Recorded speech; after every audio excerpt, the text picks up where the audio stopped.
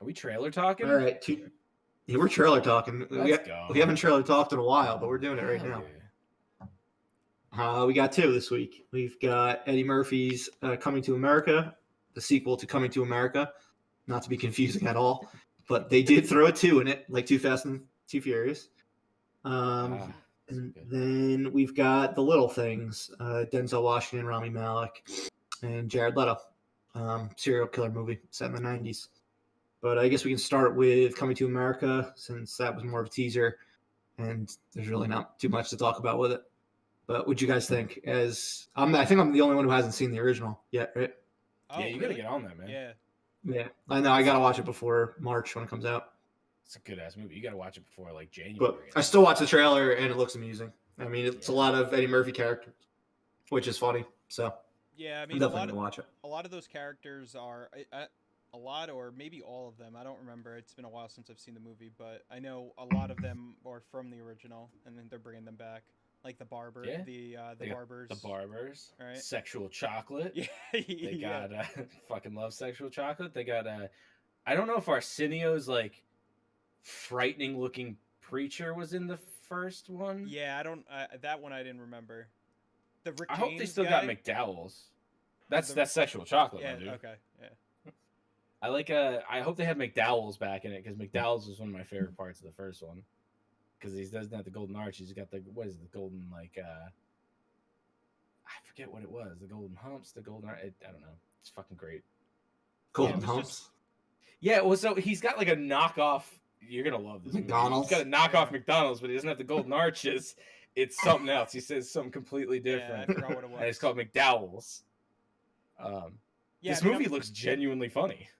It does look funny. I mean, I'm sure they're gonna update like the pop culture references that they're gonna make fun of. Well, hopefully they don't recycle a lot of the same jokes. I really hope they don't do that. Some of them is fine, but not all of them. The trailer looked like most of the recycled jokes. Yeah. But they were still funny. Like they didn't pull like the PC punches on this one. It looks like, and they even kind of mocked it in the trailer, and I like that because Eddie Murphy he's coming back to being like red leather suit Eddie Murphy, and the comeback tour has been a blast so far. Yeah. Man doesn't pull punches, and I really look forward to seeing that, because I think it's kind of what we need. We need like some raw bullshit. Mm-hmm. I'm sure there's going to be a lot of like pretty funny cameos that obviously weren't in the teaser trailer. People that are just going to pop up. So that'll probably be funny. Dude, I hope he gets Dave Chappelle on there. Oh, that'd be awesome. Like Dave Chappelle would thrive in that movie. Are they friends? Oh yeah. Yeah, I mean through his brother. Yeah, Charlie Murphy. Charlie Murphy. Yeah, that would be really good.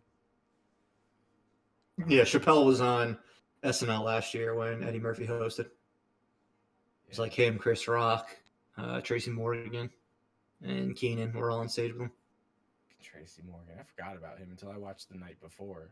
I forgot Tracy Morgan was the narrator. He's Santa Claus. Oh yeah, that was fucking hilarious. I was gonna say something. Fuck, what was I gonna say? It seems like they're bringing back a lot of the original actors too, which is cool. Obviously, Arsenio Hall's back, but good to see James Earl Jones. Jones is back.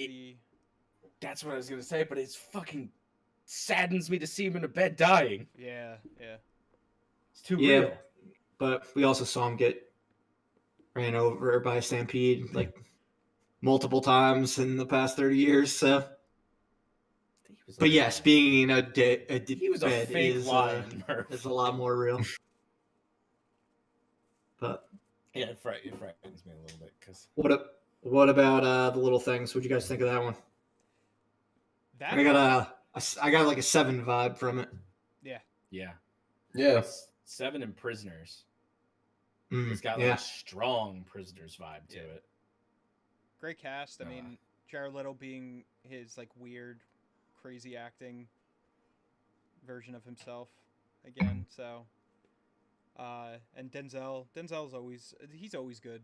So it's just hopefully the script is pretty strong, and then it should be a good movie, I would imagine. I got like vibes that Denzel's like the bad guy from that trailer. That's why I'm saying What? Prisoners, because it's like you get the feeling that Denzel's going to do something really fucked up. Like Yeah. Hugh Jackman did something fucked up to Paul Dano. Yeah. And I don't think anyone's going to be rooting for Denzel towards Like the end. the only person that I see as like the good guy out of that trailer is Rami Malek, which is crazy because Yeah. he's always got that like weird personality, He's but he frightening looks looking, like too. he just looks like the straight laced like cop that like is trying to solve the shit. And I don't know, Denzel looks like he's gonna go off the book or like he's already off the reservation or something like that. He's going to light himself on fire and become man on so- fire. Yeah. So when you say he's the bad guy, you just mean he's gone too far, and like maybe Jared Leto's character didn't even like kill anybody. Is that what you mean by bad guy, or you think he's like the killer? Part of me thinks he could even just be the killer, Oh wow. I didn't get those. Those which vibes. would be weird if they gave that away in a trailer, but I don't know. I mean, you're on a roll, so we need to write this down and see if like for all I know, Nostradamus. Make a note. like he's for all we know, like he's the bad guy and he's framing creepy Jared Leto because like Jared Leto looks like the serial killer. Dude, he acts like the serial killer. And he digs holes in the desert like the serial killer. I don't know, but I'm excited for it. I read that the writer director John Lee Hancock, he actually wrote it back in the early 90s. Oh, wow. And it was always just like something that like never actually worked out, and then like fucking 30 years later he got to direct it himself. Holy shit. And obviously he's directed plenty of movies in between then and now, but yeah, it's cool to see like three like A-list talent actors, Academy Award winners, in a R-rated serial killer movie, and we get to watch it for free on HBO Max. Oh shit, that's an HBO Max. I didn't see when it came out. When's it come out? You're gonna like this. The end of January. Oh hot damn, let's go. I'm wow. excited Yeah. about that. That makes me happy. Yeah, January 29th. Hell yeah. We will all get to watch it. It will be in theaters and on HBO Max. Oh, I like that. I like that a lot, dude. I'm telling you, man. It feels like Prisoners. It feels like Denzel's gonna do something bad, and Jared Leto's just like, I was just a creepy guy the whole time. He's just like I didn't do nothing. I was just creepy as fuck. That's just yeah. I just like digging holes in the desert, man. Stop beating the shit out of me. Denzel's like, you did it. Is this like Jared Leto? It's where I put my barrels of money. Yeah. Is this Jared Leto fresh off of like starting a cult in the desert and not knowing anything about COVID? Yeah, Because it seems like it. Yeah. My lord, man. Probably. Is he just playing himself in the movie? Yeah, no, he would have. Is this inspired by true This is events? probably what he did. This is probably what inspired him to go off into the desert right before COVID, because I imagine they filmed it probably, I don't know, the end of last year. Mm-hmm. I would imagine getting brutally murdered by Denzel in a movie probably brings you up to a new spiritual plane. I mean, I would love to be fake murdered by Denzel in a horribly brutal way in a movie, because that's just like another level. That's like essential. Yeah, it's the step to Nirvana. There's like, I think the top is like being murdered by Arnold Schwarzenegger, and then like Denzel, and then like, you know, you got Stallone. Like there's all sorts of tiers that get you up to like a weird spiritualness. I think in real Keanu life. Reeves is up there now. Oh, well, now he is. Yeah, he's rapidly ascending the ladder. There's a lot of extras in Hollywood that are getting some really weird ideas about going out to the desert with Jared Leto. But it looks like a fun movie. I'm very excited for that. Yeah. Yeah, and we will talk about it again in a month from now, after we all got a chance to watch it. Dude, let's go. That's that.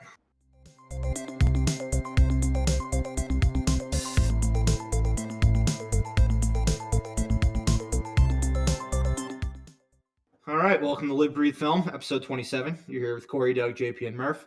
Thanks as always for joining us. This will be our last episode of 2020, so Cheers. that's fun. Enjoy. Yeah, what a year it's been.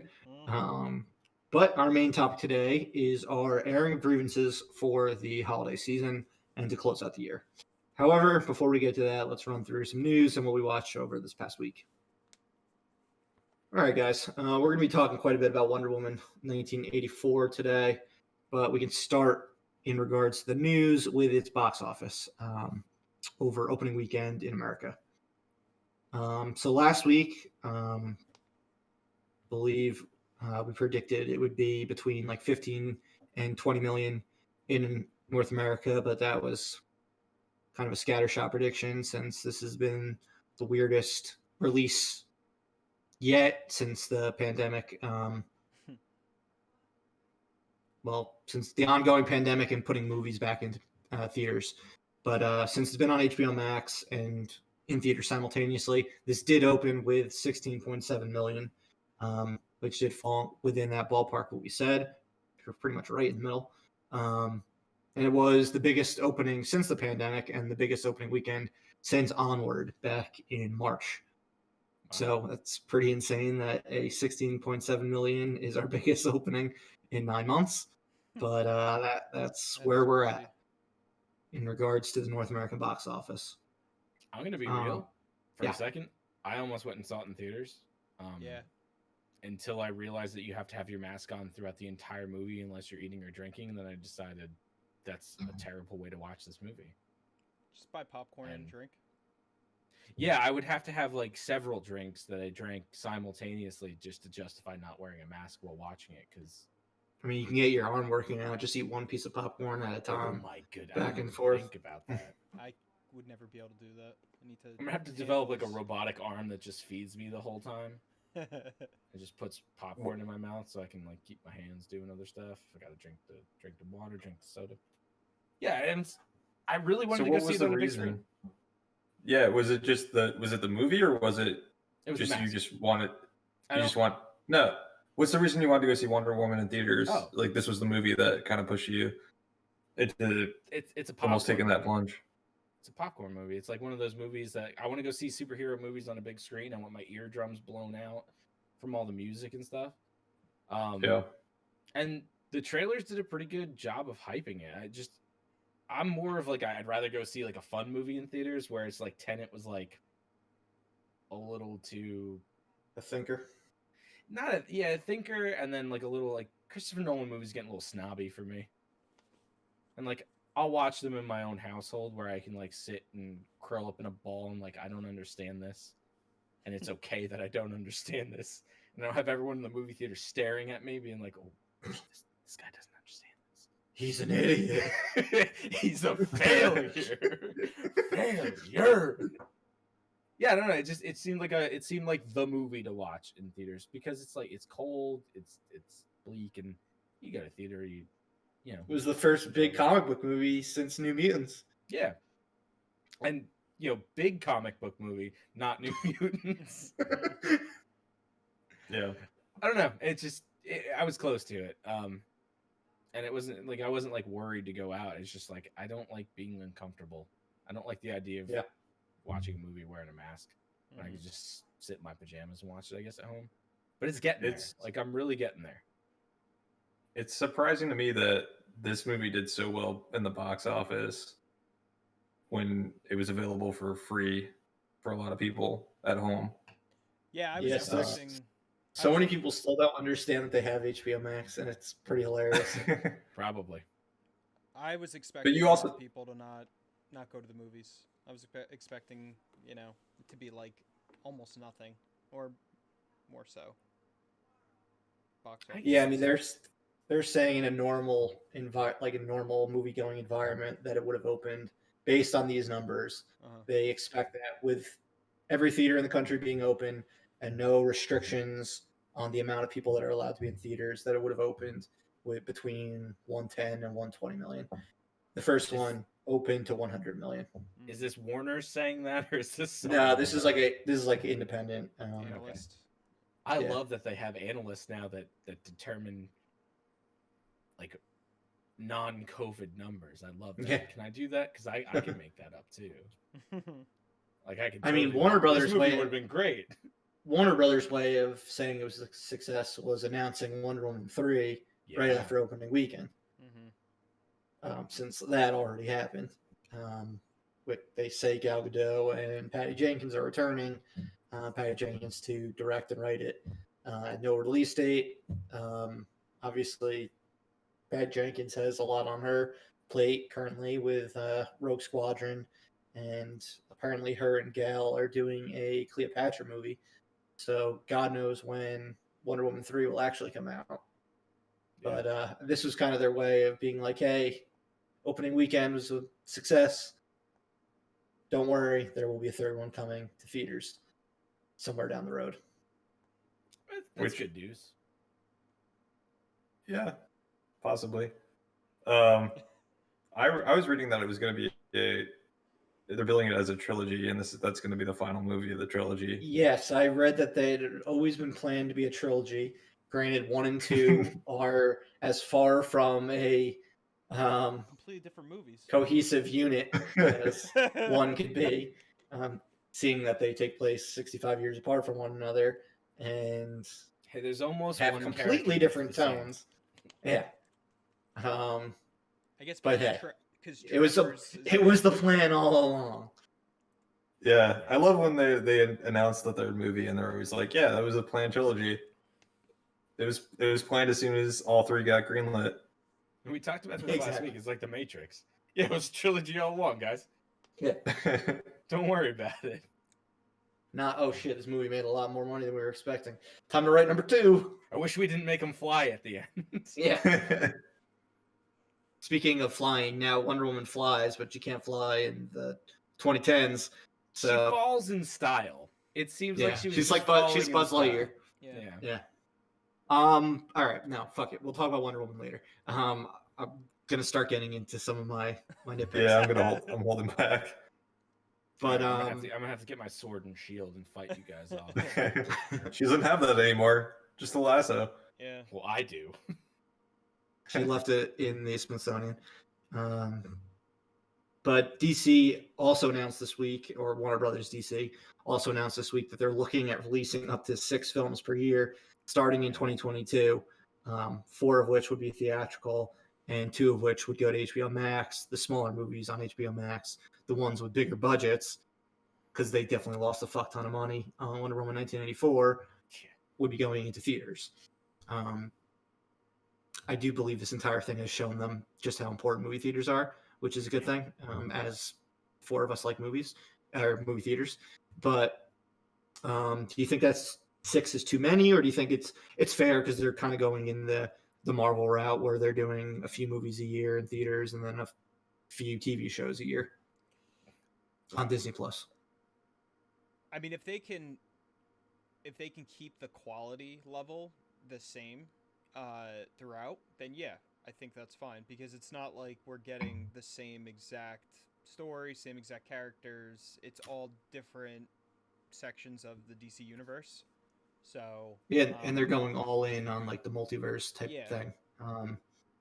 So I think there will be multiple Batmans in the world at any given time, like live action ones. Yeah, I heard that they're I heard just today that it's a rumor, but that they're trying to get Ben Affleck back to the play Batfleck series. Yeah, they're like, fuck it, let's get Ben Affleck back on, and he can do whatever variation of his Batman movie that he wanted to do. Let's just get all the Batmans. Let's just bring them all back.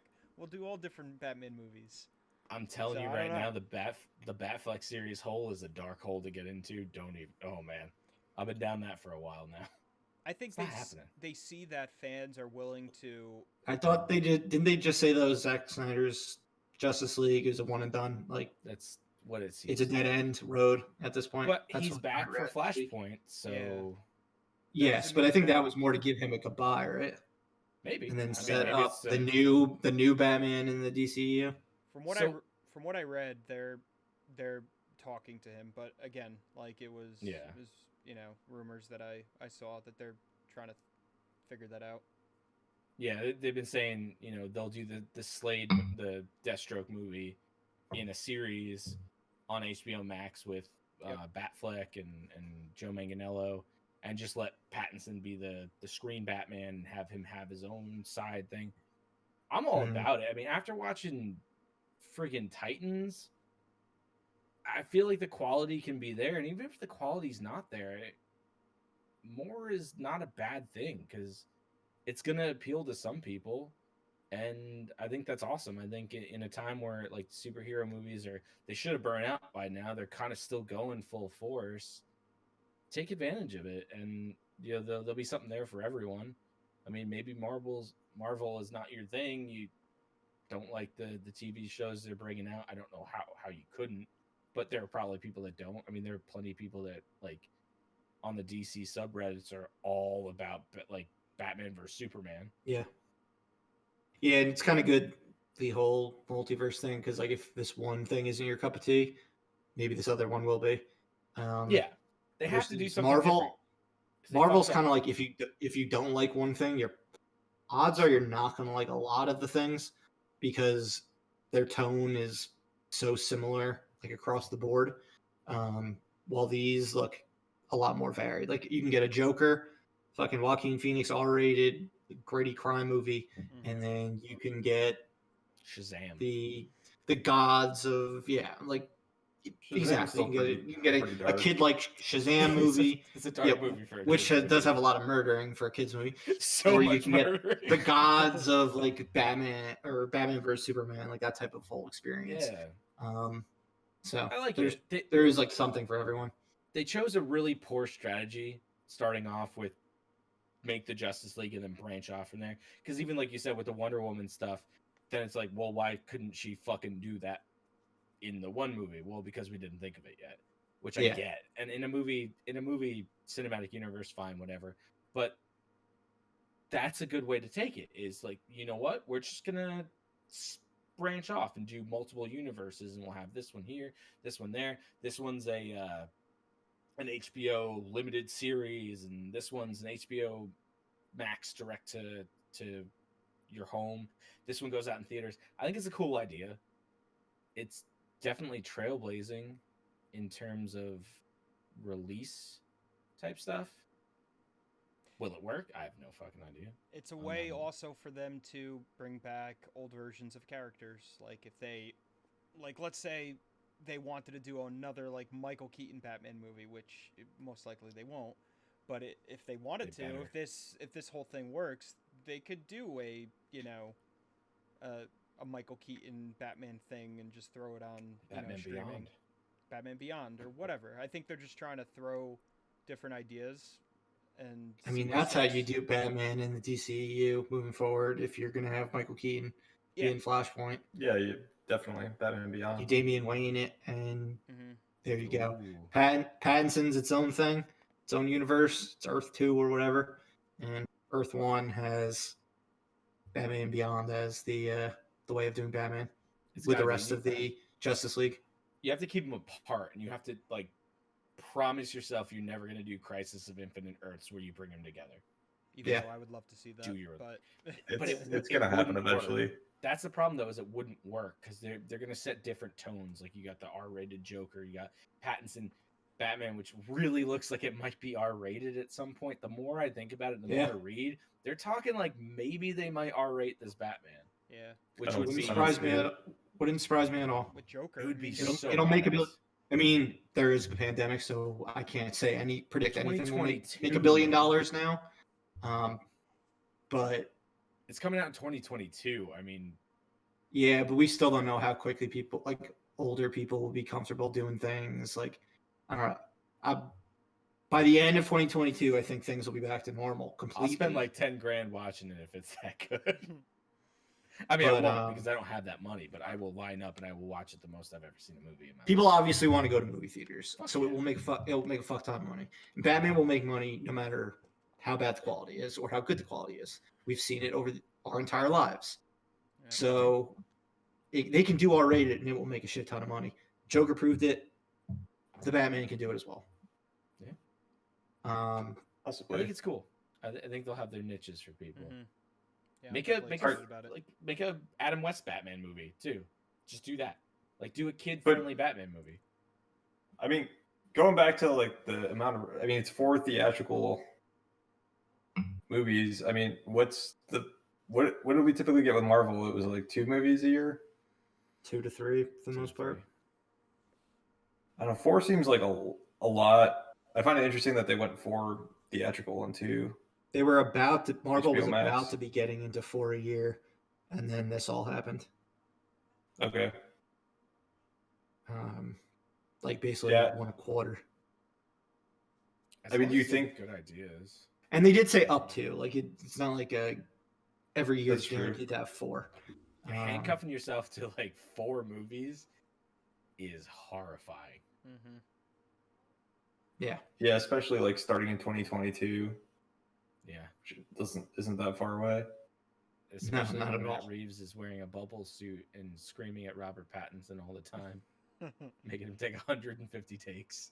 I wouldn't be surprised if they're gonna do it's gonna lean more heavily to HBO Max than they're letting on.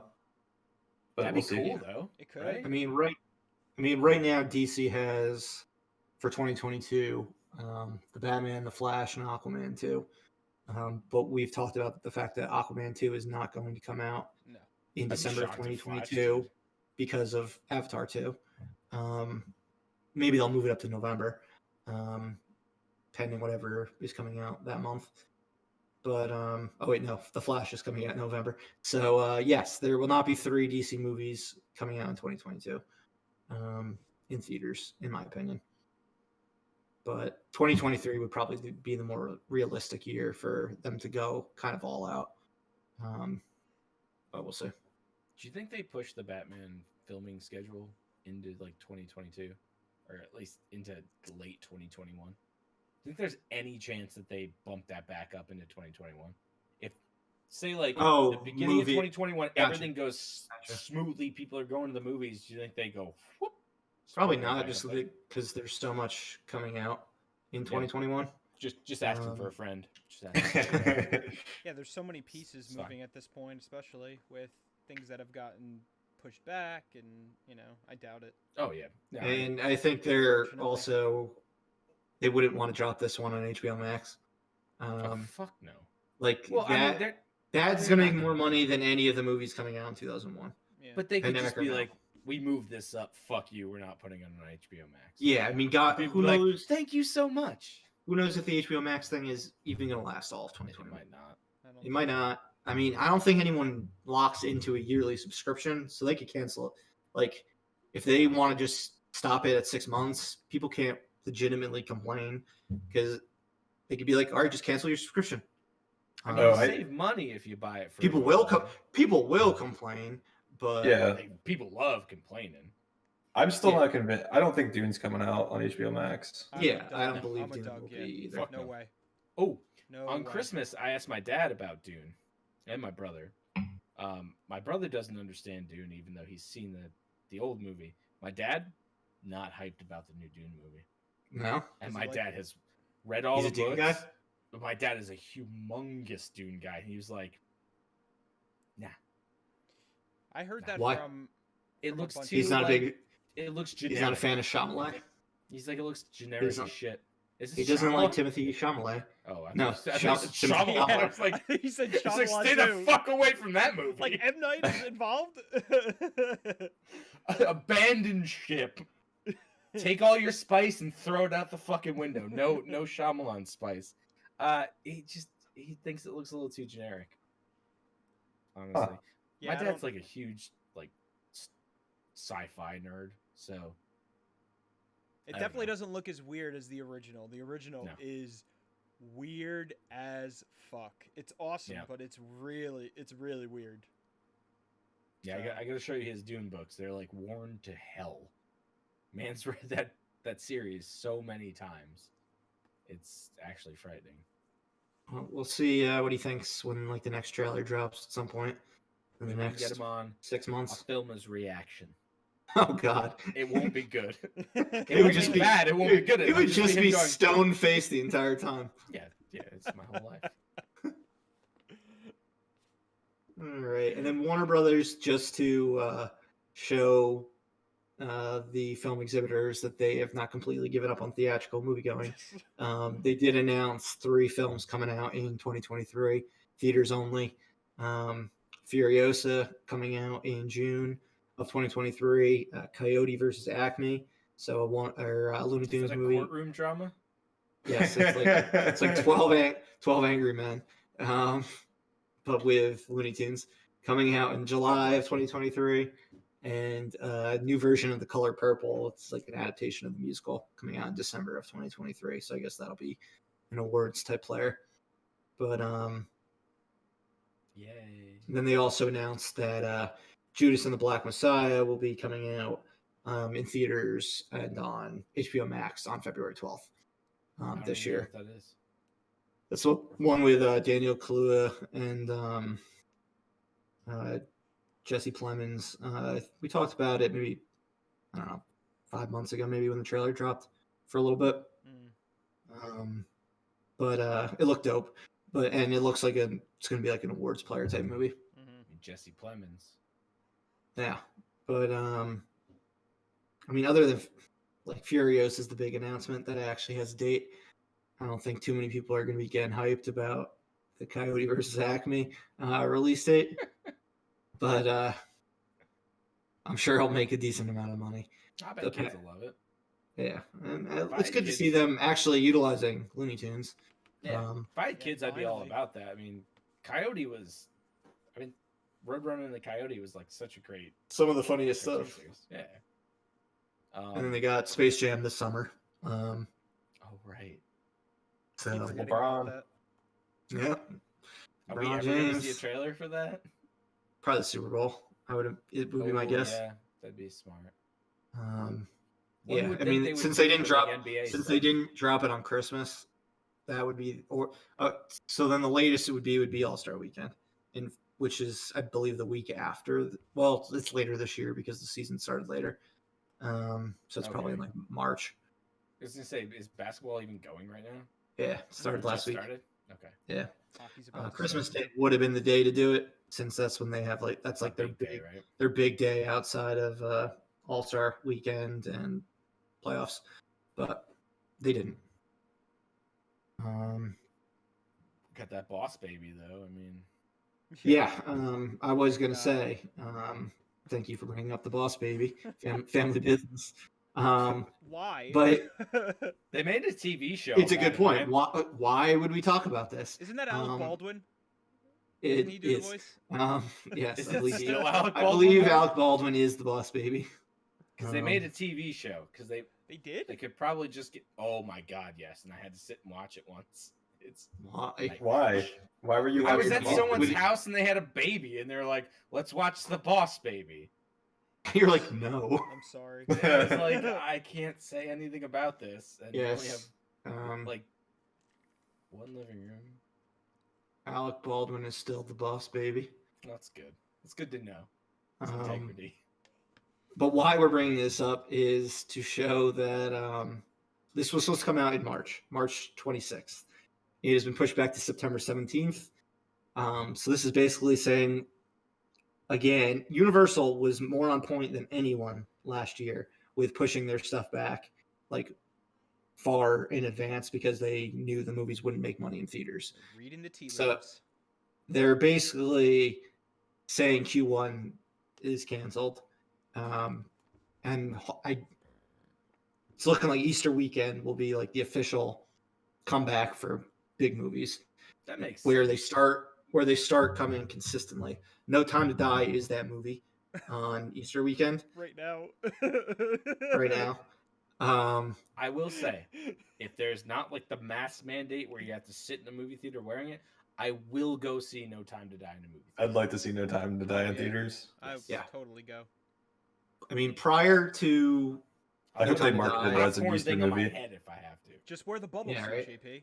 I'll put a popcorn thing on my head with popcorn in it and cut eye holes out of it. Like I'm eating the popcorn as it falls down, man. I believe that and Peter Rabbit 2 open on Easter weekend. Oh, lovely. Makes sense for Peter Rabbit. But it's like No Time to Die. Lamb. Yeah, makes so much more sense for No Time to Die. Here, Peter Rabbit. We sacrifice you to James Bond. Do we think the trailers for No Time to Die will market it as an Easter movie?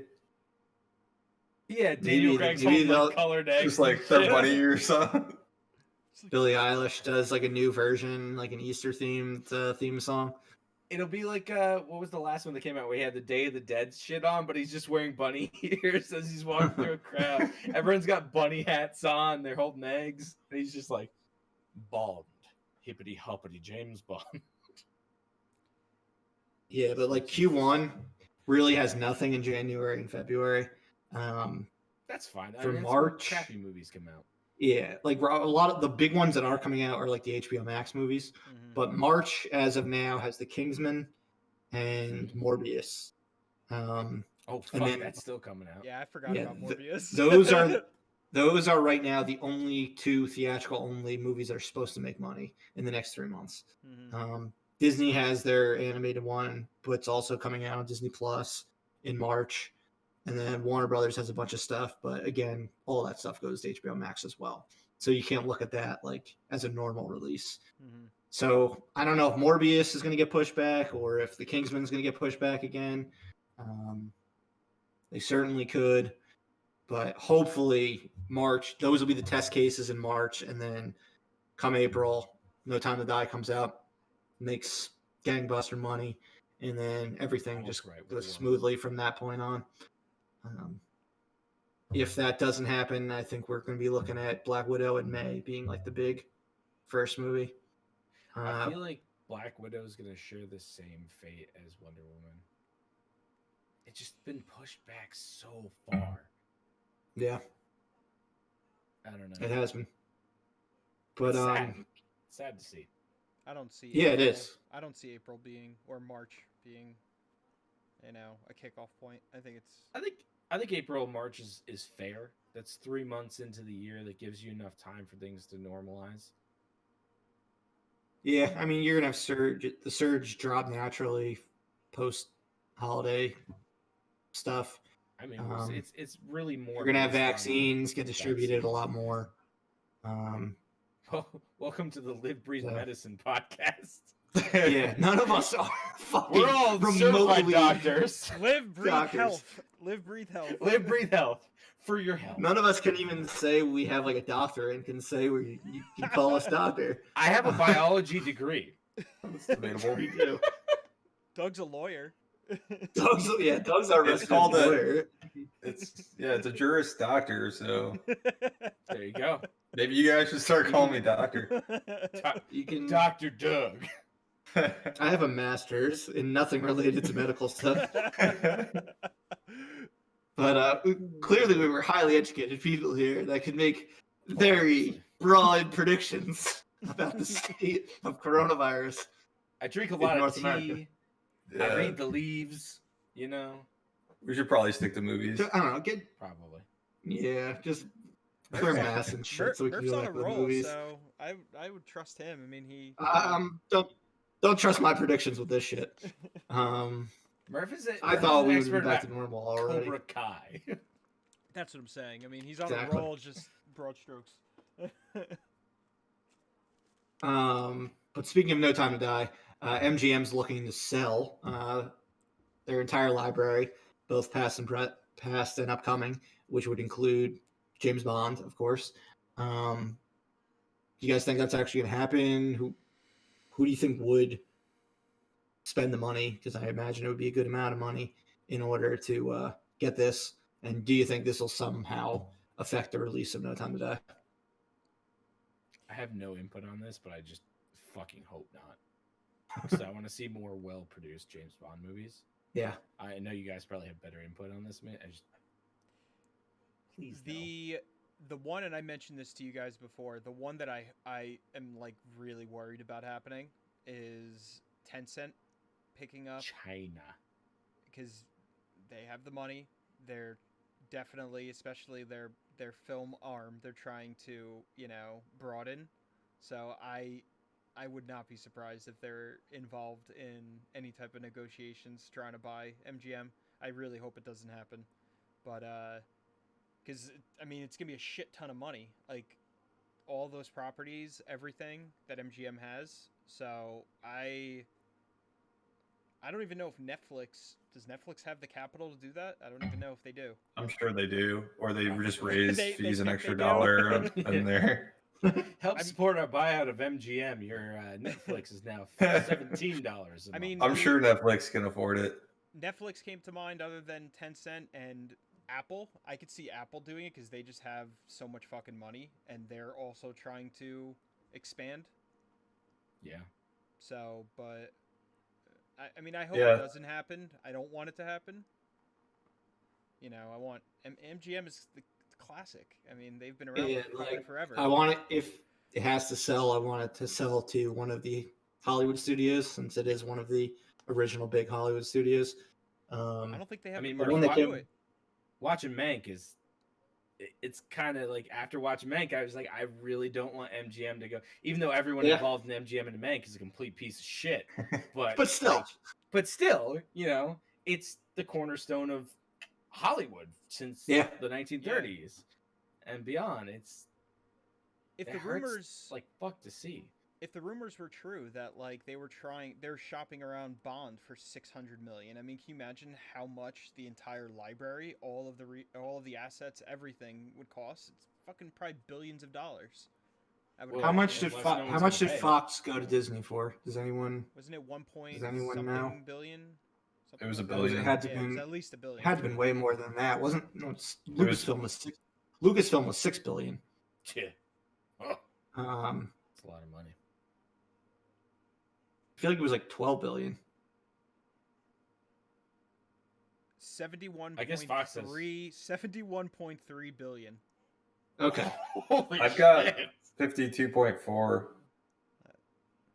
We gotta You might get have the numbers. dropped it We gotta at get the one numbers point. correct, guys. We gotta get the numbers correct. Yeah, I To be keep seeing accurate. 71 billion, but it may be that was We were wrong with all our. All right. Well, Disney was 4 Give billion. or take $20 billion. Disney, We're not that Disney far off. Lucasfilm was 4 billion. So yeah, something like MGM that has more than 6 movies would be significantly more yeah. than $4 billion. Yeah. I I don't think Netflix. So yes, it affords has that. to be somebody with fucking major pockets.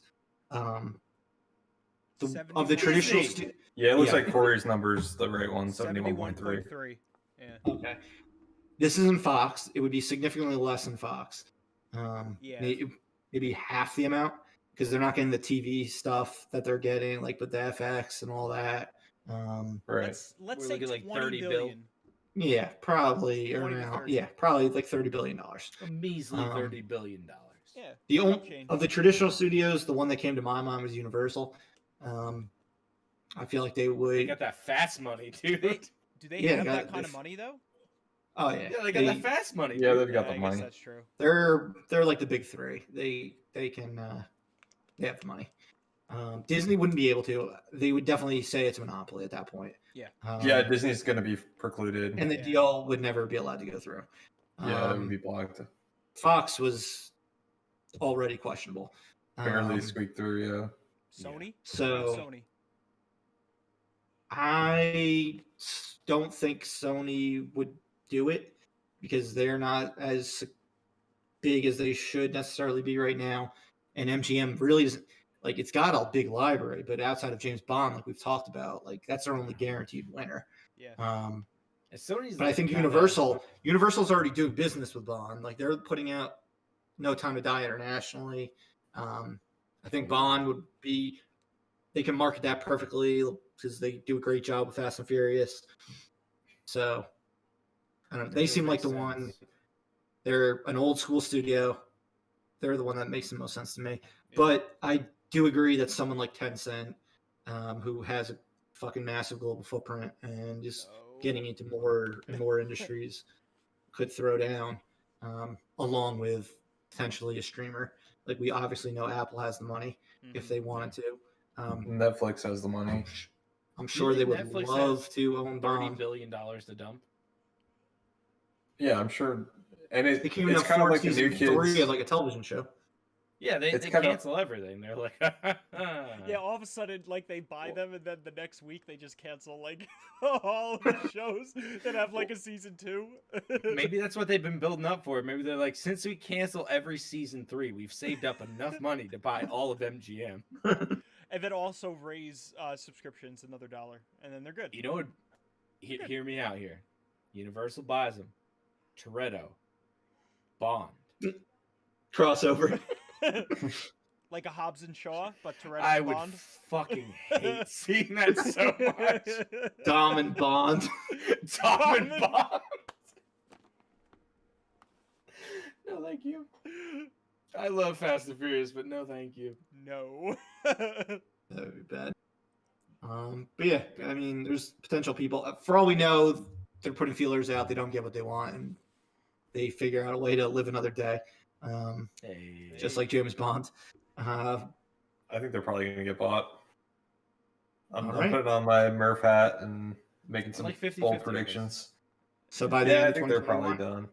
by the end of Yeah. 2021, they'll be I done. wouldn't be surprised if a streamer grabs them up just to like have an old school studio. Is it going to be before Under No the Time belt.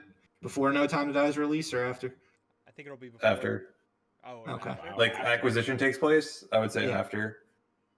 You never know. What Maybe if it'll. No Time to Die comes out and it's the biggest movie ever made, makes the most money ever, and it saves them on Christmas, like a Christmas miracle. Queeby's gonna swoop in. Shut the Uh, fuck up, Corey. Don't ever Queeby- say that name. They're already dead. Queeby's back. We're going to put out James Bond installments 10 minutes at We're a running time. 8-minute segments, so you can't even fucking enjoy the movie. You thought we were dead? We're just here to fuck up your movie-going experience, They were just pulling resources to buy Bond. biding our time. All right. And then our last bit of news, we did allude to this as well. Cobra Kai. So last week we made the prediction that it will be dropping on New Year's Day. This man, It's official, dropping on New Year's Day. Nostradamus. So by the time you listen to this, it should already be out on Netflix. Enjoy the show. You'd be like, holy shit, that guy was so right. How did I not? And then you listen to this, you're like, oh, fuck yeah. He was right. Yeah. But You we'll can thank we will us in the talk. comments. You can thank Murph in the comments. Comment, please. Thank him. But yeah, we'll talk about season 3 next week. You guys watching it this weekend? Not this weekend because Wanna I will try? be in the middle of nowhere, but when I get home, yes. I just slapped you. You've been slapped. Ow, fuck you. Yeah, I mean, I'm gonna try. Definitely. I want to at least start it for sure. If not, watch the whole entire damn thing in one sitting. Oh yeah, that's what I'm doing. I'm just gonna watch the whole damn thing. I can't wait. But all right, let's move on to what we watched. Wait, what about you, Uh, Doug? You gonna watch Cobra Kai? You know? Doug's a I was little, trying little just, behind. Doug doesn't like the Cobra Kai. He Yeah, doesn't no, like the I mean, ridiculousness of the Cobra Kai. You He's a 2 mean episodes person. in, man. You gotta keep going. He thinks he's too good for Cobra Kai. He's The more of a choreography was Miyagi. not Do you, do you want to have a He's a- karate tournament to decide? He's a whether or Miyagi, not Doug. He's a you watch Miyagi, Doug. Cobra man. Kai, because I'll karate tournament you right now. Let's go. Let's do it. Where is he? Where is he? And everyone should know that You're JP and Doug you're over are here. former karate masters. Doug almost went to Australia to compete, but then he Did. decided to go to law school. And Corey, I think I- you participated as well for a little bit. I was I involved did- in that. I You did probably one came to one of my practice birthday when I was a kid. parties. Yeah, you probably came to I one did- of my birthday parties where I we did did- karate stuff. No, I don't think it was a birthday party. I did one official white belt karate thing, and I quit after one practice. So we're all karate qualified here. Yeah, We I all mean, were getting- karate kids. If Cobra Kai Yeah. is any indication, getting kicked in the head with sneakers on multiple times You guys, is karate. Doug and Corey were more like karate men. You were in college at the time. I mean, I did karate when I was a kid, but yeah. I did it when I was in college as well. Yeah. I went back and I got free lessons, just like chilling. And I was like, I'm so fucking out of shape that I may die. All right. Well, Doug, get caught up on Karate Kid. Yeah, please. It's We'll good. see. It's good for your soul. All Don't right. hook me yet. Mr. Okay, Miyagi would want you to watch. Pat Morita, somewhere, is pleading for you to watch. He would. You can't let Pat Morita down. He's like one of the most lovable people in the world. True. I don't know. It's damn true. I didn't care for Danny. He's the worst part of the show. He's the villain. He's the villain. He gets his comeuppance, Doug. It's like The Last of Us Part 2. You like that game? It's like How I Met Your Mother. It's Karate Kid through the eyes of Barney. It's amazing. Yeah, it is. I mean, Looks like I'm no longer Wait, understanding. what? Wait, you I never- watched I a thought ton. I watched a ton of How I Met Your Mother. I don't really He understand. loved William Zabka. he thought he was the hero of Karate Kid. Oh, okay, got it. I thought you were saying it was How I Met Your Mother's show through the eyes of. Okay, got it. No. It's no. It might be. Cool. Who the fuck knows? All right. Well, we've successfully talked about news way longer than we wanted to, which I did predict would happen. Ooh. So let's move on to what we watched. Corey, you did a double feature of American Crime Story. Tell us all about it. Yeah, I went down the rabbit hole. So I started Versace, I think last week, and then I just finished it up and jumped into OJ. Versace, I watched the first couple episodes maybe when it first came out, and I never went back to it, so I started it again. That series, it's amazing how both seasons, obviously two completely different stories, but just in pacing and storytelling wise, and it's the same creator. Correct me if I'm wrong. It's different people running that, like different showrunners and stuff, but it is Ryan Murphy's involved with both of them. Okay, similar to like American Horror Story. Got it. So they both felt very different, and once I finished Versace, I loved it. It was fantastic. Darren Criss was amazing. Like the cast was great, but as a whole, OJ I definitely liked a lot more as a story. I really liked because with that I somewhat remember what happened because we were live at that point, and we were alive for Versace. It just wasn't good news to elementary school children. Yeah. I mean, it was a little different than fucking OJ, which was every time you go to a ShopRite, you'd see 15 tabloids, like when your mom's fucking paying for stuff, and it's all just OJ. And it was I remember the verdict. I remember the verdict too. Yeah, I was off of school that day, and it's wild. That's probably like one of the first news memories like of my life is OJ Simpson related stuff. Yeah. But, you took off for the verdict? I was really are we in fourth grade or second grade at the time? I was really big on fucking murder like mysteries and courtroom He's reading drama. the paper in the morning, goes, "Mom, not going to school." Gotta see how this case turns out. In elementary school, I made sure to max out my number of days every single year. And that just happened to be the day that I took off. Because the verdict was way faster than it was supposed to be.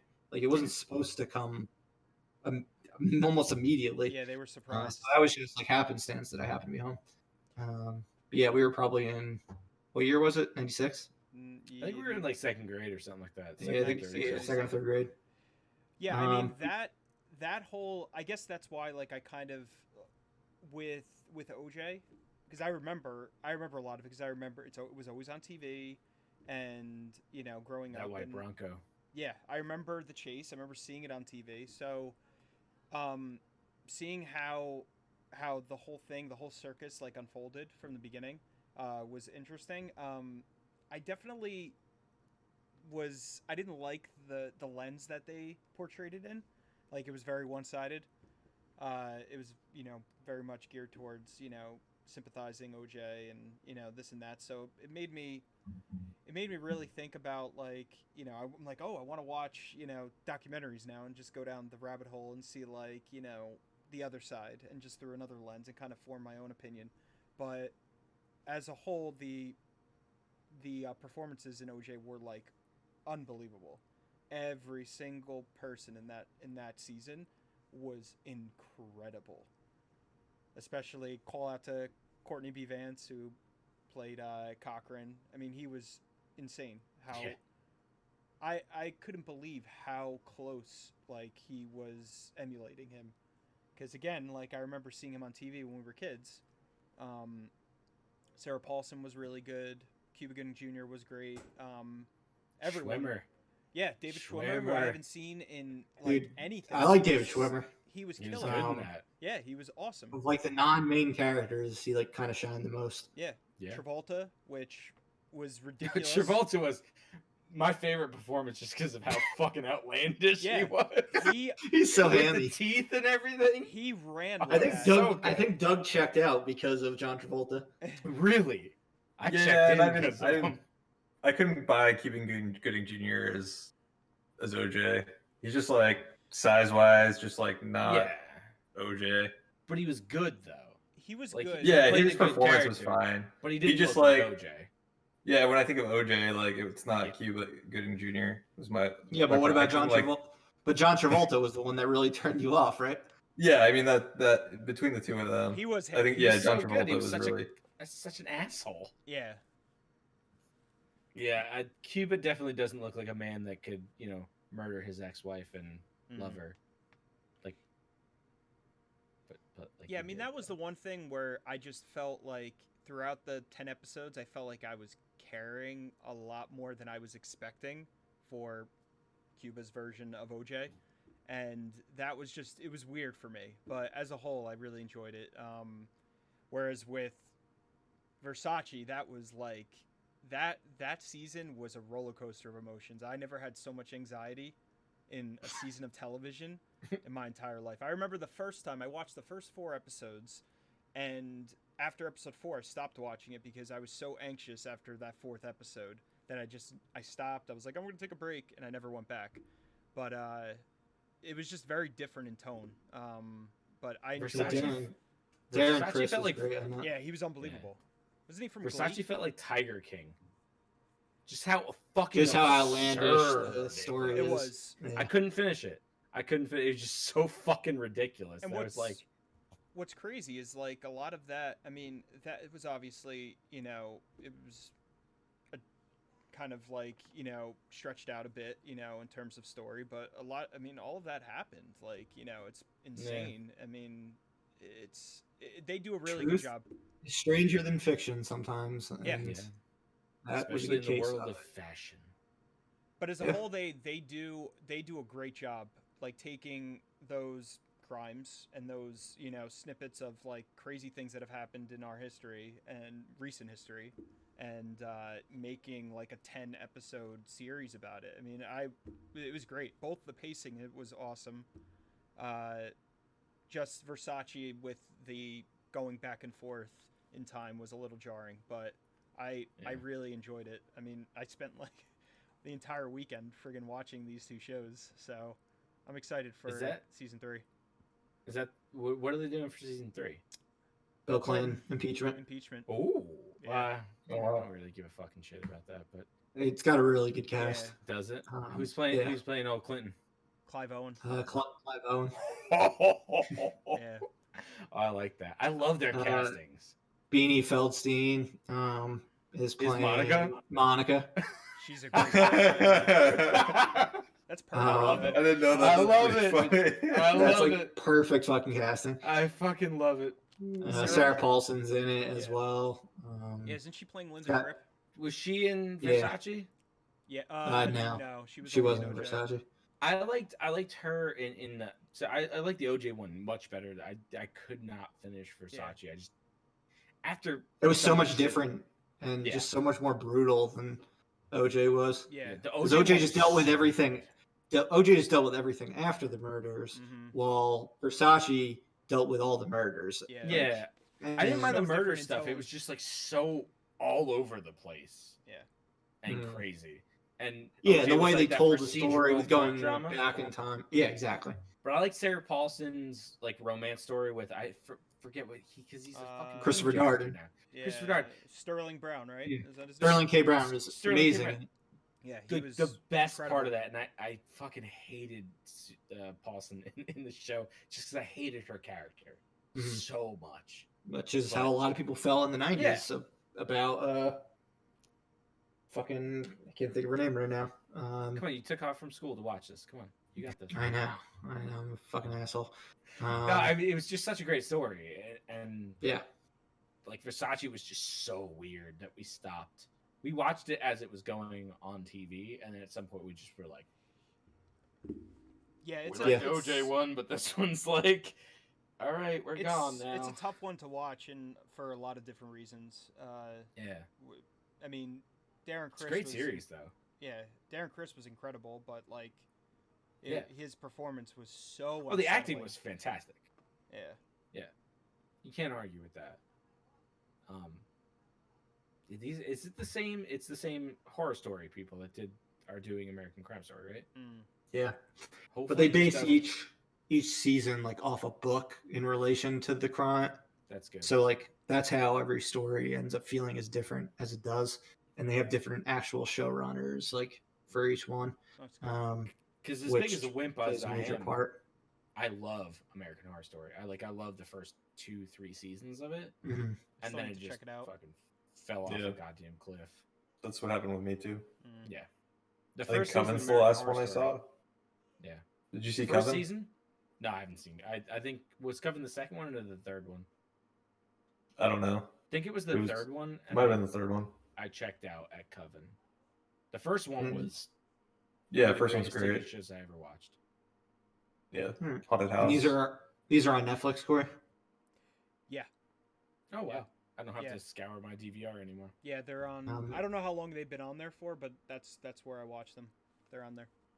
Sweet. And since I did recommend it to you, I might as well recommend it to everyone else. If they do watch People versus OJ and enjoy it, check out OJ Made in America. It was a 5-part miniseries that ESPN 30 for 30 did the same year as People versus OJ. It's phenomenal. Won Best Documentary at the Oscars and the Emmys. I believe it's on ESPN Plus. But it delves into OJ's entire life, and obviously the murders take up like 2 to 3 episodes of the 5-part series. And when he robbed those people. That's episode 5. Sweet. Yeah, I plan on watching. So that. it covers before and after, and it is the two are amazing companion pieces to each other. Sweet. I'm gonna watch that. Yeah, you would absolutely love it. Goes through his football career, Naked Gun movies, everything. Oh, yeah, big true crime household. Yeah. All right, Doug. Yeah, so I watched this week a movie called Love and Monsters I wanna on see Vudu. that. Since You I think watched I'm Voodoo everything. now, dude. Yeah, it's I'm only 4K now, so Vudu streams in 4K, so that's I why live that life. that's why I'm only watching things on Vudu now if it's rental. Nice. I don't know if you guys heard of this movie. It sounded like Corey, you probably did. Yeah, no, I heard about it like a couple weeks ago. I saw it on one of the services, I think on Amazon or Apple, and I watched the trailer, and I was like, oh, this looks interesting, and it's got a pretty good review. I just haven't gotten around to watching it yet. Is it about love and or monsters? It's about love and monsters. Oh, Not So or, the basic and. the basic plot of it is I think they want to try to destroy an asteroid that was heading for Earth.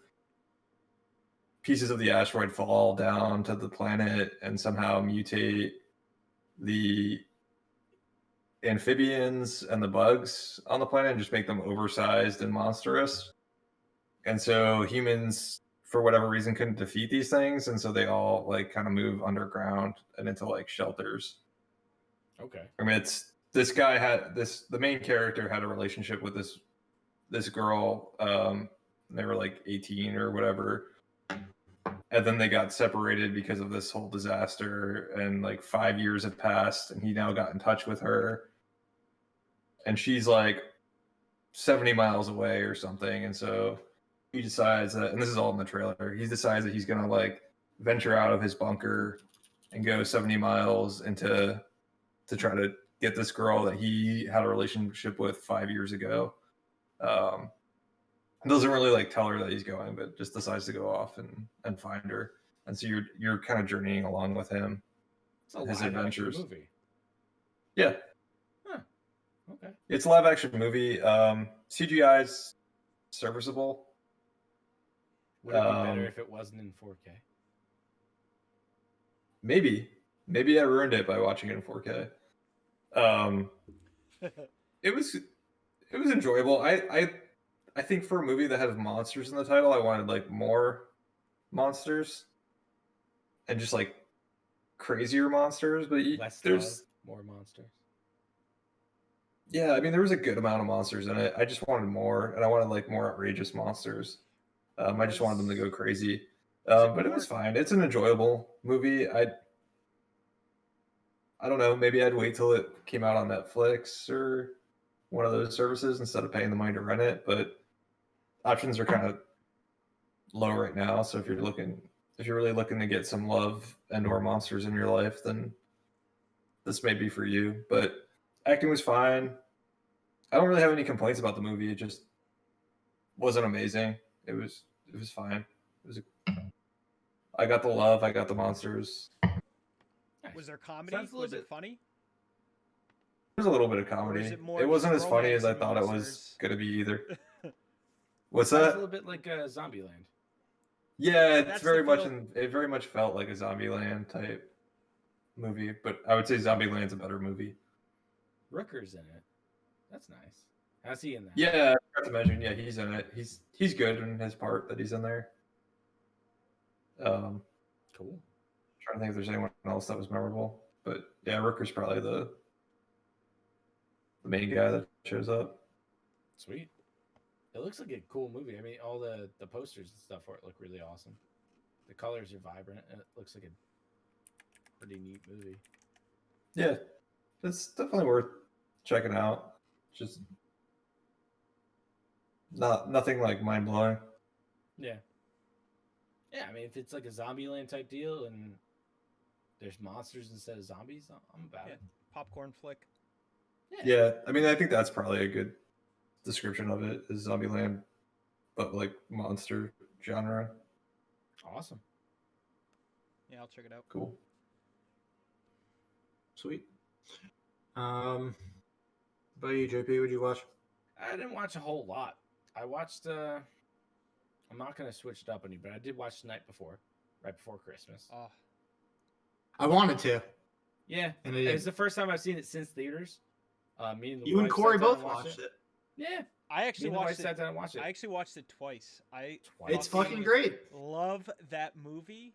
I love it. I love it. You know, yeah, I brought my Blu-ray. Let's talk about this because my other one was Wonder Woman. Fuck. We'll get into Wonder Woman. I also not even that Wonder Woman. Mr. Green is the best character. Let's talk about. Yeah, let's talk about Night Before. Fair enough. So good. So good. I forgot how good this movie was. It gets better. I mean, on repeat viewings too. I feel like it really is. It really is. It makes zero sense that Anthony Mackie is a professional athlete at the age of 30, whatever. Yeah, but he just gets good. It's because that juice. Doesn't he take the steroids? He takes steroids, but I mean, if you're 34 and you take steroids, you're still just a shitty 34-year-old taking steroids. But the whole movie is fantastic, and Michael Shannon is the greatest part of that movie. I mean, that man can act in any type of role. I never thought that he could do comedy like that, but he does the same exact thing that he does in every other thing, except he's a little less intense. But it works so well in comedy. I don't know. Oh, he's been funny since Bad Boys 2. I don't even remember. He was in fucking Bad Boys 2. Yeah, he was in that.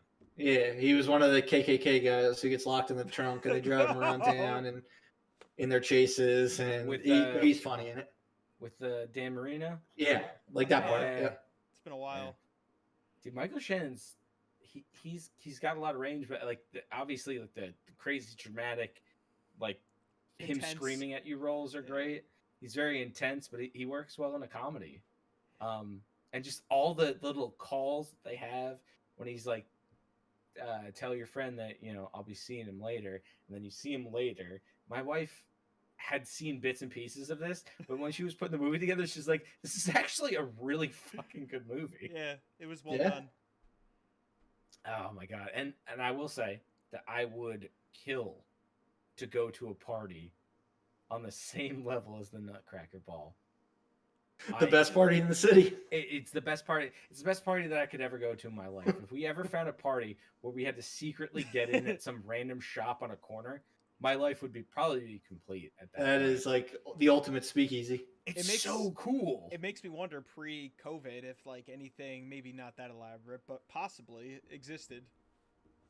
And you get fucking Miley Cyrus there. Fucking yeah. You never know. Ball.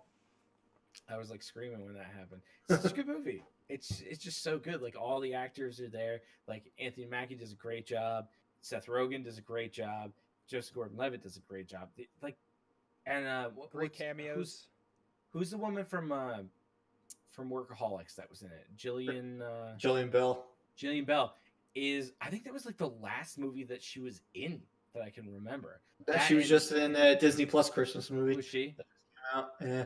She kind of fell off, but she's really funny in that. She's great. I like Delon Glazer a lot from Broad City in that one. Oh, I can't stand Where her. I she's can't stand fucking Broad City at all. Han, fucking like Hans Lons, like doing the Die Hard references. Hans and Gruber shit. doing the thing. Hans Gruber, yeah. Yeah. And then she has the wet band, the sticky bandits. Yeah. And she throws the micro machines down. Can't forget But I was James like, Franco. Yeah, Franco was. I forgot about Franco entirely. Yeah, Franco and Mindy Kaling. Yeah, Mindy Kaling was hilarious in that, and then Mantzoukas kicking his ass in the Santa outfit. Yeah. I fucking love him. Oh, Yeah, he's so funny. so good. What a great Christmas movie. That's gonna be a tradition because usually it's Scrooge on Christmas Eve, so we'll probably do the night before Christmas Eve. Yeah, I brought the Blu-ray over to my parents' house. I'm like, 'cause my brother had never seen it. I'm like, hey man, let's fucking watch the night before. That's right up. I talked about it a couple weeks ago, and he was like, oh yeah, let's do it. And then he didn't like want to watch it. I was like, cool. Really? Fuck this. Oh, Yeah. Right up Like your he was brother's alley. sleeping at the time. Okay. And He would we love didn't end that up shit. watching it. He would Yeah, go that's fucking like- nuts for that. I'm with JP. Like that's without a doubt like a tradition now. Like I will be watching that movie every Christmas. It's just so funny. I can't believe that I just did not see that when it came out. Like what, 5 years ago? Yeah. Yeah, that was a good theater viewing. 'Cause I there was some imagine. Dude, choice laughing. We saw it with Derek, and Yep. dude, the other day he sent me the gif of Seth Rogen walking into the bar with the fucking ugly sweater and the Yep. rabbis like pointing at him. I told my wife about that. And she was like, "That makes perfect sense. Like, that would be the funniest thing in the world." What a good movie. I mean, I was not expecting to talk about this, but that Yeah, was no, you probably were the planning best on thing. talking about the original Wonder Woman. Yeah, it's whatever. But we can talk about that at the same time we talk about 1984 because I did watch. I was gonna bring it up in relation to that movie as well. You watched the first one? I watched like about an hour of it, like the main scenes of the movie, like to get myself like pumped up for it. Mistake because it was so much better than 1984. I disagree. Then we will talk about it. We'll have to talk about that. In 1984. So the night before is good, and I should watch it. Is kind of what I Yes. gathered from this conversation. Absolutely. 100%. And where did you guys watch it? Because I have the Blu-ray. I don't know how you guys I watched it. rented it on Google Play. Yeah, I rented. Oh no, is it not free on a streaming service? Probably not. I have a lot of Google Play dollars I get from random surveys, so I just rent a bunch of movies. Yeah, for I rented it on Amazon. no reason. Nice. It's like a $3 rental. Honestly, Mhm. it's so worth it if you rent it for $3. I don't think it's in 4K. I don't think you want to watch it in 4K. It's not like a Harold and Kumar Christmas where there's gonna be like cool shit popping out at you. It's just like a funny movie. So watch it. And you gotta watch it. If you don't watch it in the next like 2 days, you basically have to wait another year. Yeah, It's a ridicule Christmas you for movie. not watching it around It's a Christmas Christmas time. movie. Yeah. Yeah. If you can do it by the end of like New Year's weekend, I think that's like the last time you can watch it. And then you have to wait till next November. Doug's But never is that gonna right? watch it Is now. that fair? I would imagine so. Yeah, I say November is even early. I would say this is like a strictly December movie. You have December. Except for it that's came the- out. Except for it came out in November. Came out in November. It's Ultra HD on Vudu. There you go. Oh, Doug's getting There it. you go. 4K. For You get to $8 see Michael though. Shannon as a $8. That's not that bad. That's less. Oh, than man, that. It's like The movie ticket. $3. Audience, listeners, chip in some money. Fucking get Doug this rental. Go Poor fuck Doug me. with his 4K TV can't afford an $8 rental. We're asking you, the listener, Please the viewer, subscribe. to help us out. So Doug Go to can our- watch this movie and talk about it next week. Go to our Patreon that we haven't established yet and donate. There are people watching movies not in 4K. All right, comment. All We'll of send you a us. Venmo link. It'll be good. This is totally legit. Cash in an envelope. You can send to Yeah. his house. All right. man. let's get into mine real quick, and then we'll get into a few different things that a bunch of us watched. But so yeah, over the past like couple weeks, I've been on like a fucking spree of watching movies. I've downloaded like I get cable. I'm a cable guy, so I've now suddenly decided to take advantage of Showtime has its own app, Stars has its own app. I got HBO Max. I have added like I went through every single platform and made like fucking long ass watch lists on each one, and I've watched like 20 movies over the past couple of weeks. What I did, what I'm going to specifically talk about. What were you gonna say, Doug? I just like I've noticed that. I haven't noticed a rhyme or reason to like what movies you're watching. It seems like you go throughout different time periods, throughout different genres. Like you're trying to understand the method to my madness. Is there a pattern, or are you just like randomly going through things? Is this from like text messages or like my letterbox? No, more your text messages. Where you're like, oh, I just watched like Little Giants was like one that you had said, or like no. Well, I've been keeping movies light. Like I've been watching like comedies that people have like hyped up, or that I like watched parts of it but didn't watch the full thing back in the day, like Adventures in Babysitting, Don't Tell Mom the Babysitter's Dead, etc. Little Giants, examples of all three of those. And then just ones that I was always wanting to see but just never got around to it. Tons of them as well. So yeah, but the only consistent pattern is they're all comedies. Because this is, I feel like, not the time of the year where I should be watching super depressing drama movies. I'll save that for a few months from now when the world is in a bit of better place. Like I don't know how you just watch fucking OJ and Versace, Corey. I'd be like, well, this is not the right time to be watching these dark stories. But hey, more power to you. Yeah, I'm weird. Corey's numb to it. Yeah, so I have like a 100 movie watch list from all these, and I'll be going through a bunch of them for the next few months. But yeah, what I watched that I wanted to highlight was one that I slept on back in 2008, Nick and Norah's Infinite Playlist. So this was the Michael Cera, Kat Dennings movie where they're basically going around the city trying to see a band that they both really like. It was the first time they meet. And blah blah blah romance. But this was back when like Michael Cera was in that like monster like phase where it seemed like he was in everything and playing the same character and everything, and then people got burnt out on him. Me being one of them, which is why I didn't see this movie at the time. Which maybe it ended up being the right thing, because when I did see it, dude, this was like the movie to watch in December of 2020 when I know that we are nearing the end of this pandemic, because I cannot wait to fucking go into the city, have a crazy night in the city, fucking go see concerts again.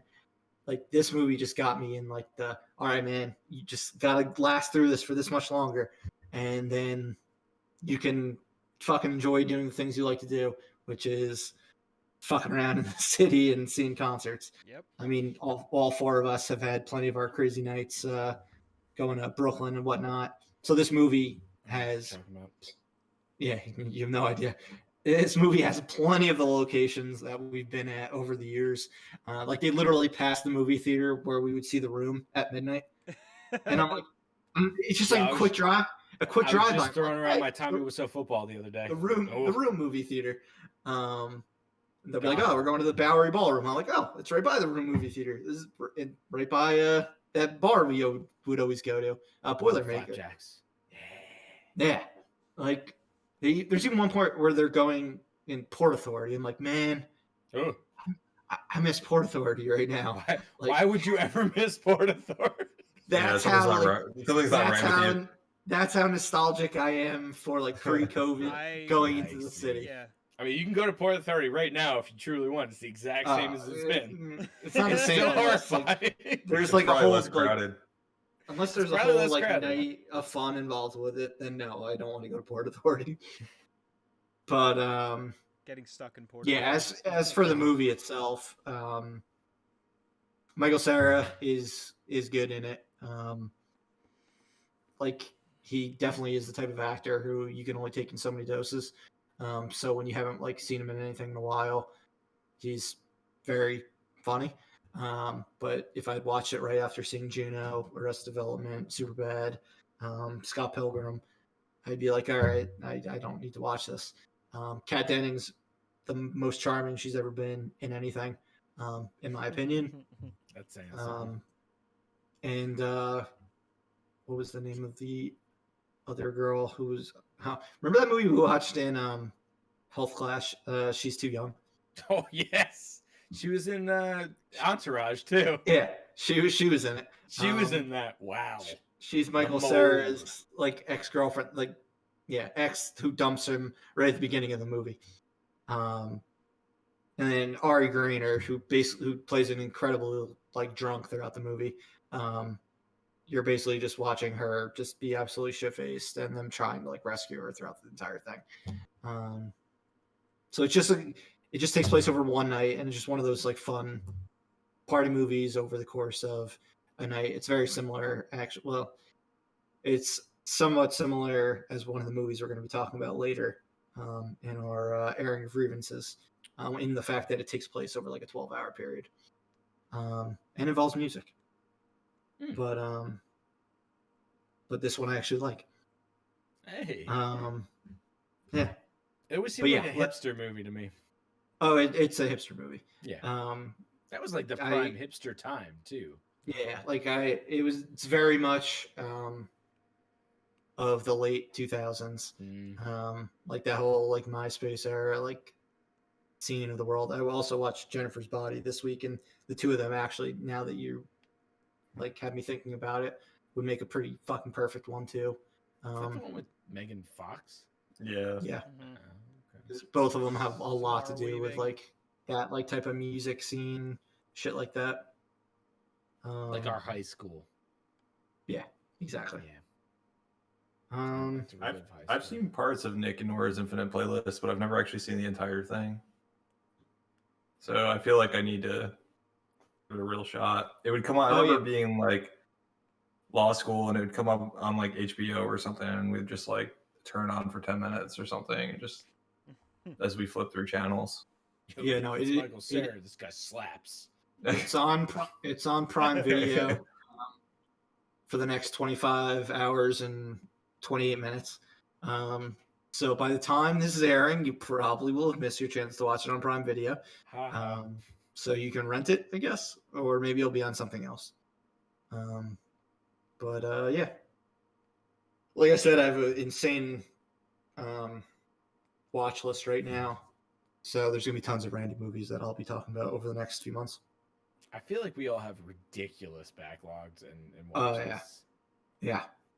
But like I was saying, JP, like what I've done is I've gone through like all of the various platforms and like looked at all the movies and just added all the ones that were on my watch list, like on Letterboxd.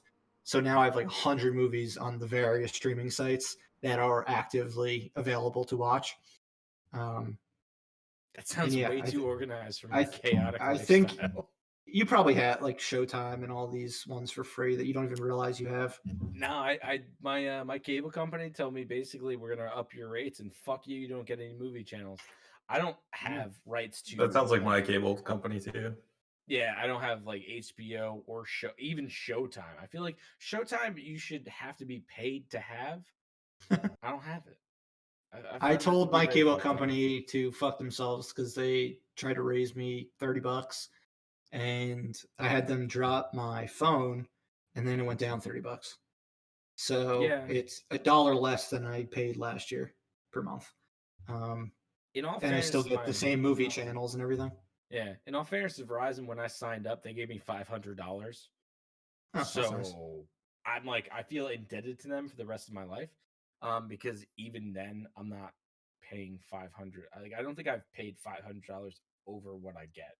But still, I don't really watch TV, so I've been trying to cancel TV for a while. It's just like sports. That's the big problem. I hear you. gotta watch the Mets be bad. So, you know what I'm saying? I know what you're That's, saying. Yeah, But they have a so new that- owner, so maybe they'll be good this year. Hey, dude, unbridled optimism right now. All right, let's get into what a bunch of us watched. Doug, you have finally seen Tenet. Yeah, Let's hear it. I've been blessed Yes. by the mind of the great Christopher Nolan, and taken in to see his movie with his perfect sound mixing and perfect everything. I liked it. I liked the movie. I don't know if it was just the fact that like so many people were like, this movie is so convoluted and complicated that you're just not going to understand any of it, or if it was the fact that I had the subtitles on. But I felt like I got it. I felt like I understood the movie the entire way through. I felt like I picked up on the major plot points that were going on. I thought the story was definitely way more convoluted and complicated than it needed to be for no reason. Yeah, I agree. I thought he definitely could have streamlined the story. There were some plot points that I thought complicated the story but didn't add anything to it. But overall, I enjoyed it. I thought it was really good. I mean, anytime you're messing with time, you've probably won me over. And so they messed with time. It worked, I thought. It's basically all of Christopher Nolan's movies is messing with time. Yeah, Loves which is time. I love time too. So we're kindred spirits in that way, I guess. But performances I thought were good. I didn't really understand like the cuteness of like the main character being called the protagonist. Like, what was that about? Like, what was Nolan trying to get at? Like, Artsy. it's not worth my time to give this character a name. He's just going to be the I think protagonist. I personally think that it was more just that the story was so dense already that he just decided to not give the character a name. He didn't really need a name. It's not worth my time to call him Mike or Well, like. I think I mean, no one needs a name. He didn't need. I think his character dies at the beginning of the movie, so I guess he can't use his old name, and I don't know why they didn't rename him. But he's even like, if you like, They call it goes to all the credits. they call all the bad guys antagonists. But then like, I don't know why the good guys all have names other than him. I don't know. So, how did you like Gilderoy Lockhart? Yeah, Kenneth Branagh as the villain. Did you like him? I thought he was a good villain. I thought he was pretty hateable. Yeah, I thought he was surprisingly, because I know when Murph and I saw it, I was like, Murph mentioned, he was like, oh, it's Gilderoy Lockhart. And I'm like, that's where I know him from. What the fuck? And I could not believe, because I've never seen him in a villain role. I'm sure he's done a villainous role before, because the guy's been acting forever. But I thought he killed it as like a despicable man. So I thought the Despicable Man. You despicable man. It's a sequel to Despicable Me. Despicable man. You're a very bad person. You live a trite and meaningless life. He would be very that character would be very offended by my words. My words. He'd spit on you.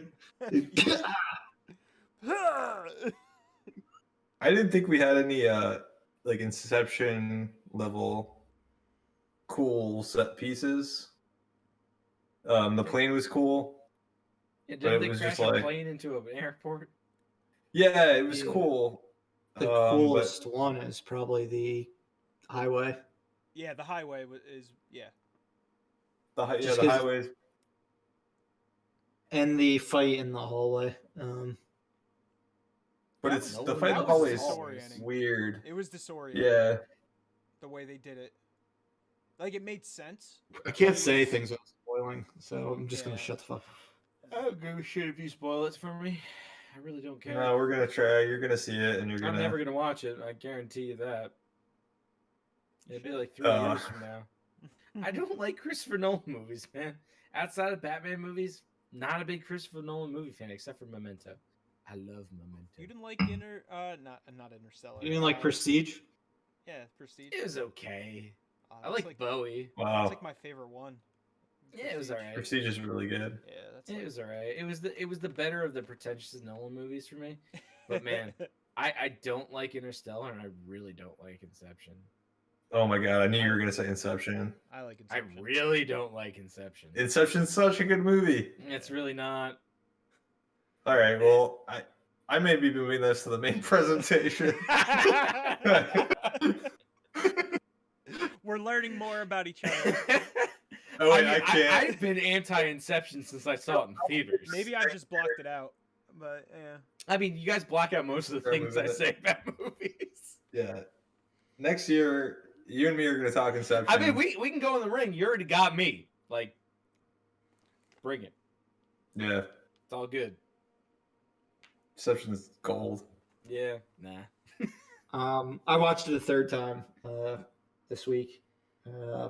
I got it for Christmas. I didn't like it as much as the second time.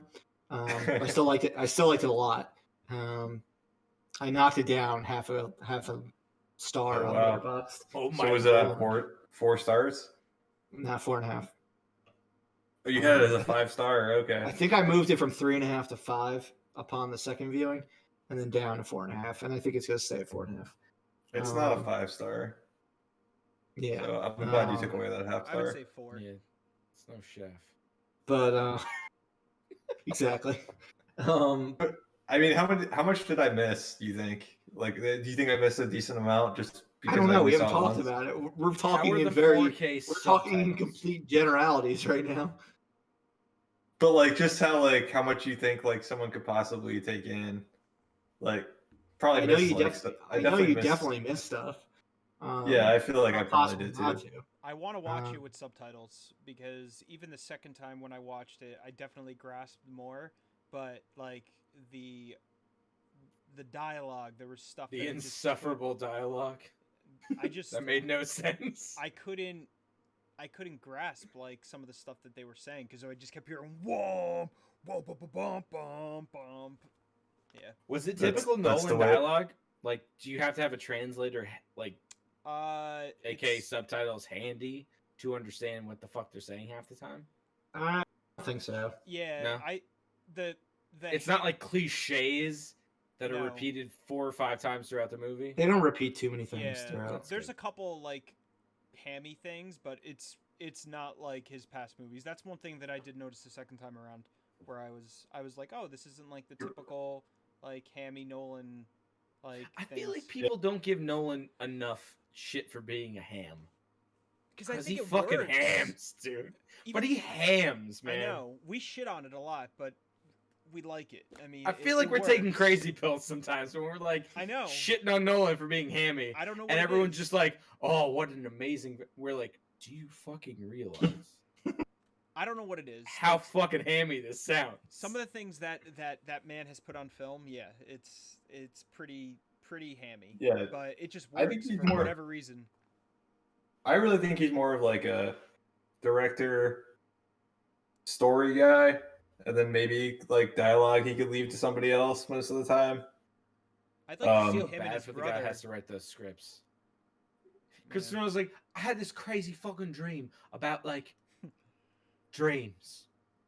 Go write that script. And he just walks Yeah. away. And you're like, what the fuck do I have to write a script about Yeah, now? it's dreams, but then you're going inside the dream, and then Yeah. inside that dream. He's like, I woke up and I had another dream and it was fucking crazy. He But definitely keep knows. this one close to your vest. He definitely like thinks of his endings at the beginning, and he knows how important it is Oh, to for have sure. an audience leave a movie theater You have to. pumped up from story a solid storytelling. ending.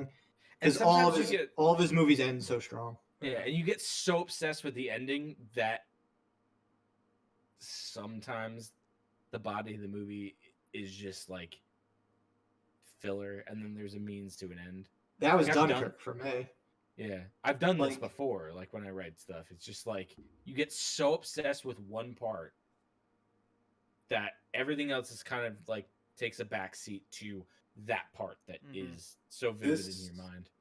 This felt less like that to me. Like Inception, like the ending is like the hook where you're like, all right, wait, what was that real? Was that not real? Like what happened? And you're just kind of like, it leaves you there. I mean, you got the spinning top where you don't see if it falls or not. So you like don't, it's like purposely meant to be like, what the fuck? Tenet, like there's so many different instances where things fall back on each other and like You think it's a go more back. developed story? Yeah, it's not just like the ending where like the ending does tie into like the rest of the movie, but there's so many other instances where The something movie like that happens. The movie doesn't end on a like the movie just like it whoms out It like a few minutes before like the end. Has like a legitimate denouement where like it's a Yeah. breakdown of like the fucking Yeah. that's nice at least. Like Yeah, you should. I'll watch it at some point. You should I'm watch not, it. Like I'm not like fucking clamoring to watch it. When it comes on Netflix, when they buy every fucking studio on earth, I'll watch it. I'll watch it at some point. I definitely But- would like to see him and his brother collab on something again. Like When's the another last time they project. did that? Dark Knight Rises, right? yeah. Great movie. I love that movie. Yeah, let Jonathan Nolan waste his time on Westworld. That show's Yo, that still show's on. still going. Yeah. I think it's limping. He's probably When I I dipped watch after the Westworld, first I'm like, season. oh, so Chris was the talent. He just had his brother's name on these fucking things. The first season of Westworld is absolutely fantastic. Yeah. I And think I then it watched. just fucking falls off a cliff. I think I watched the premiere at your place, Murph, and then I was like, "Yeah, nah, I'm out." Westworld Oh, season season 1 is two, yeah. legitimately good. Season 2, No, it's weird. Yeah, I was a Westworld season 1 fan Yeah. as well. I think most. I enjoyed it.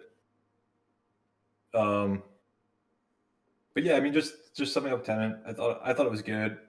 It's not Nolan's best. I can tell that right away, but I want to give it like a second watch to figure out where it fits in the overall Nolan verse. But it was good. We'll have to talk, Murph, about like spoilers Yeah, we'll talk about it after you watch the second time. at some point. Yeah. And you'll talk more if you watch it a third time.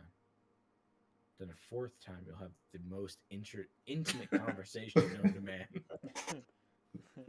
You'll sit there in the same room, staring each other in the eyes, never blinking, discussing the whole movie. Okay, fun. how about we talk about the movies that dropped on Christmas? How's that sound? Sounds Christmassy. good. Doug, are you and I the only ones who watch Soul? Yeah, I haven't watched it. I didn't watch it either. You motherfuckers. For shame. I had a lot of shit to do on Christmas. This I was watching movie American Crime Story. this movie is, Doug, correct me if I'm wrong, it's the fucking nicest looking Yeah. animated movie I've ever seen. Yeah, I mean, it's Pixar at its peak in animation. Wow. I thought that from the beginning of the movie, Yeah. like just when you were watching like the New York stuff, and like he was Before in they New even, York. yep, exactly. Before Doug, they how good was even- this in 4K? How, like, tell me, how good? 4K HDR. Gord- Was it beautiful? amazing. I mean, it's amazing in OLED too, because I'm sure. Those there's parts colors of this pop. movie. There's parts of this movie where it's black and white, and it's just like the contrast is insane. Oh, like Mank.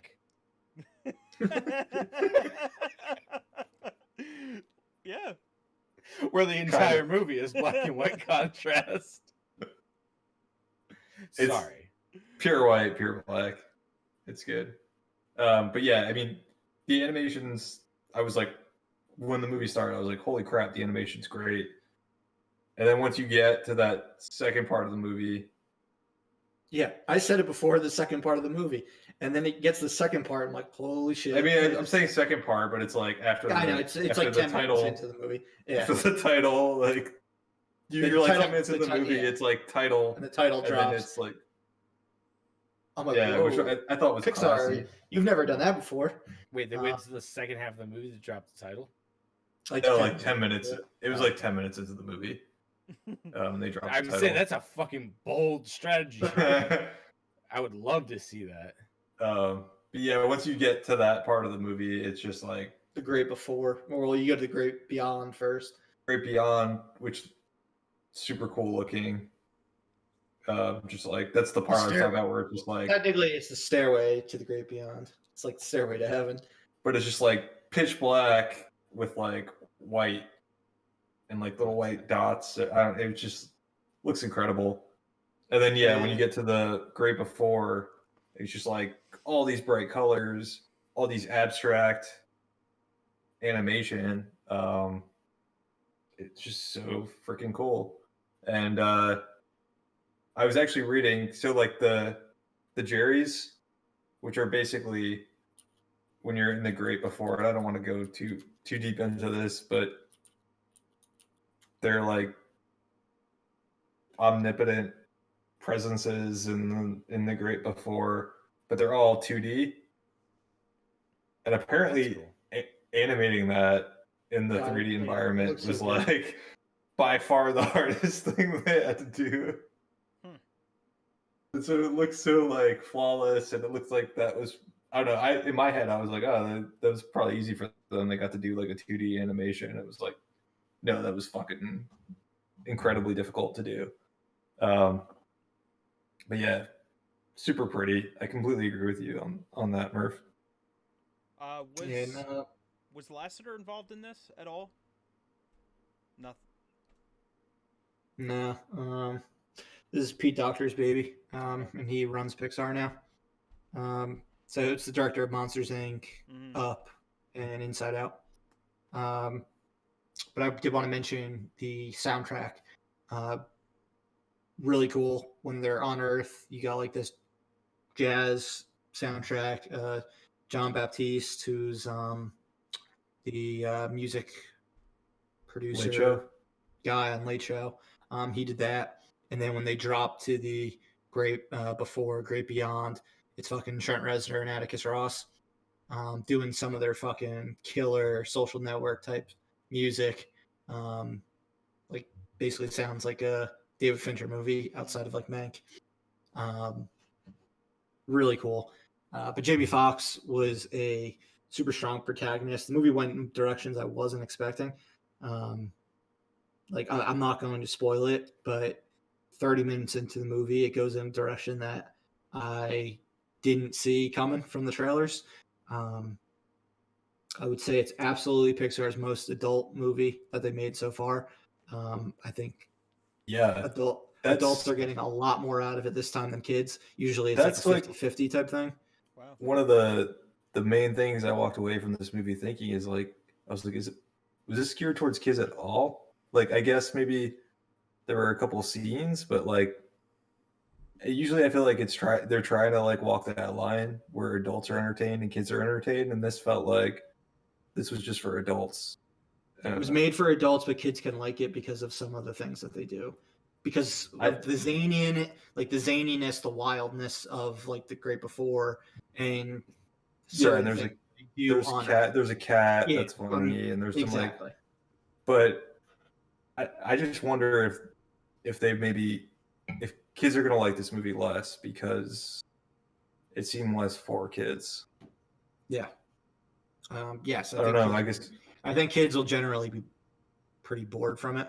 It's not gonna be something that they want to run back and watch, like Frozen or Moana or plenty of the Pixar movies in the past, like a Toy Story. But I think it's fair because The Last Dinosaur was one of the most boring movies I've ever watched as an adult, and the kids fucking loved it. So it's payback. Yeah. But yeah, I mean, it's a lock to win Best Animated Movie at the Oscars, in my opinion. What, you sleeping on the Croods too? I'm sleeping on the Croods too.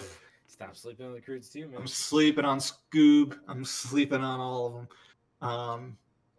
I mean, if I was going to look at Onward and Soul, Onward is probably the one I would want to go back and watch more often because of the story they're telling and everything like that. But I think Soul is absolutely the more impressive movie of the two. Man, I got two Pixar movies to watch now. Yeah, I haven't watched that. I didn't connect to Onward as much as you did, Murph. I didn't probably. Yeah, everyone keeps saying that. Fuck, I don't even know it existed. I think Soul. Yeah, I think Soul in both respects. I would prefer more. I'd go back and watch Soul before I'd watch Onward. And I think what helped was my Onward expectations were super low and my Soul expectations were super high. So Yeah. that might have something to do with it. because Soul's not bad by any means, but it's also to me not upper Pixar. It's like middle Pixar. You mean Onward or Soul? Or Onward? I'm sorry, Onward. Soul, I think I would probably put. You just 180 there. It's like Yeah. I'm just there we go. Yeah.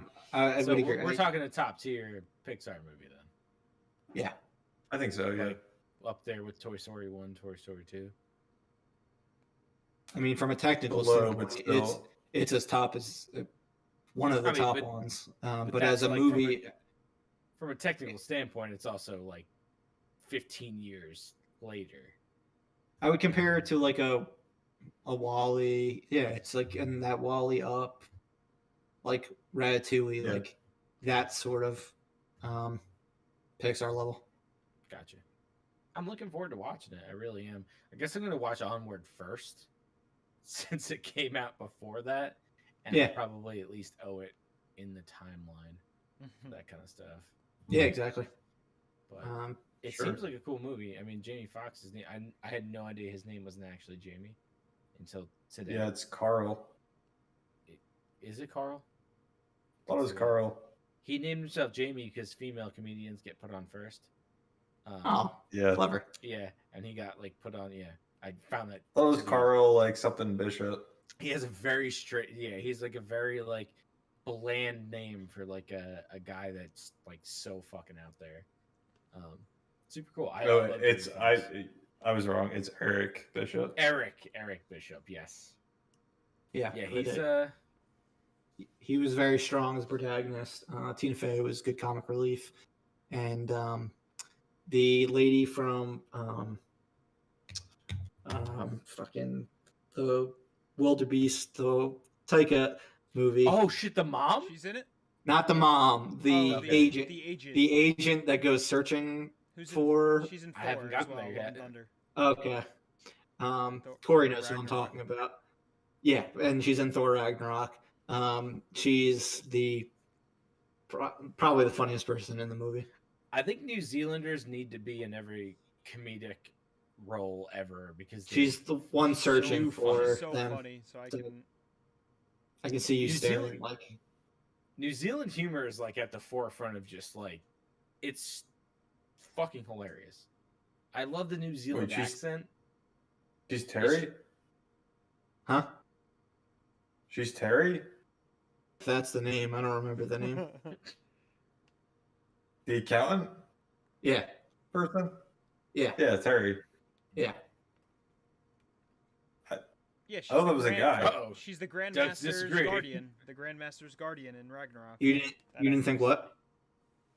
I thought Terry was a guy. No, I it's guess a girl. it like doesn't. Interesting. Yeah, I think New Zealanders have funny accents. They automatically make me laugh harder than if it was American or Oh, dude, they're another so good. nationality. They're just great Oh. accents. It's just so good. So But calm. yeah. JP, watch Soul, and we will talk about it again. Corey, same goes for you. I watch I Onward. feel like you and got then I plenty- watch Soul. Yeah, I need to I watch love your Onward, too. enthusiasm. I need Fucking to love it. watch Onward as well. Yeah. All right, so Next both of you guys year. work on that. Next year, Yeah, exactly. Next year, 2021. There we go. Step up the Pixar game. I But just- yeah. what were you gonna say? I just like I have no desire to watch Pixar movies at this point. You should. They make you. I- They let you let out the emotions. It's good for you. No. Goddamn, what was the movie I watched like 3 weeks ago that made me let out the emotions? Meg. Mr. Banks. Saving Mr. Banks. That Ah. made me let out the emotions. I get one a year. One. Only one. That's fair. All right, and then Wonder Woman 1984. That's Best the movie fuck? of the year. Let's go. Close it Alright. down. All right, I need to stretch. What a fucking burning piece of trash. I like how your burn piece of trash gets a 2 out of 5. Yeah, seriously. I don't dislike this as much as Doug does. It's very okay. Doug, have you watched Greenland yet? I have 'Cause not that watched looks Greenland. That looks like a burn out of 5. For me, the original Wonder Woman was fine. I didn't really like it, but it was an okay movie. Whereas everyone in the world seems to have loved it, but I just Corey hates women. oh We just need to make sure our audience knows.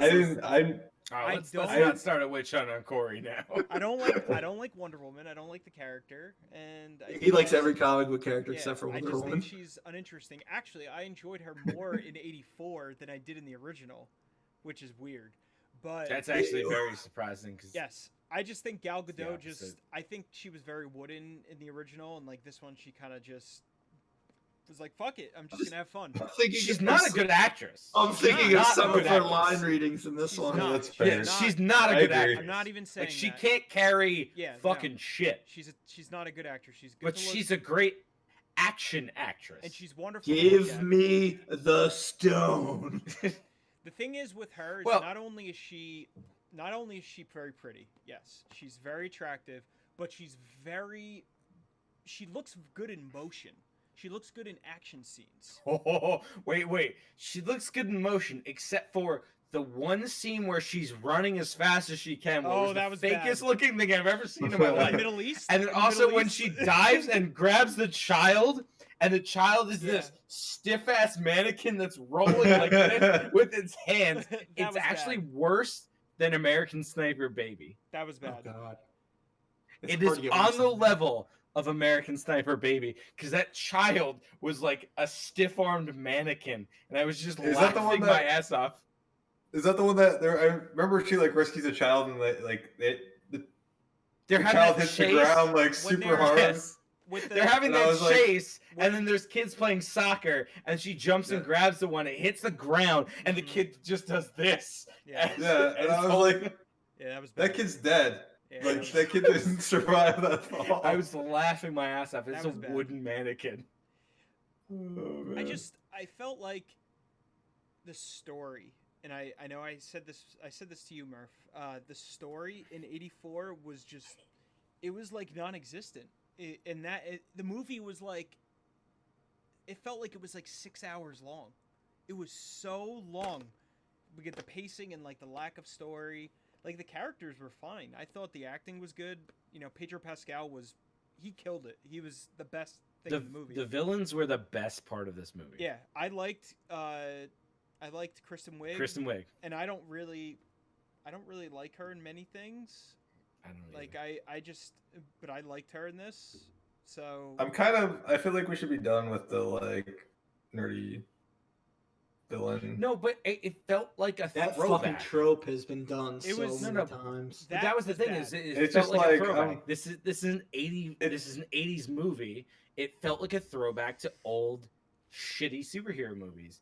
And It felt like a really big liked that. budget 90s superhero movie to me. It did. Yep. And But set in the actually 80s. I got so on board with that when I was like, this is just a cheese ass superhero movie. And I was like, when's the last time we've had a cheesy ass superhero movie? It's been Yeah, so long. And I was like, okay, Maybe if- I'm buying into this. But they wasn't that cheesy. Like it. It was pretty fucking cheesy, dude.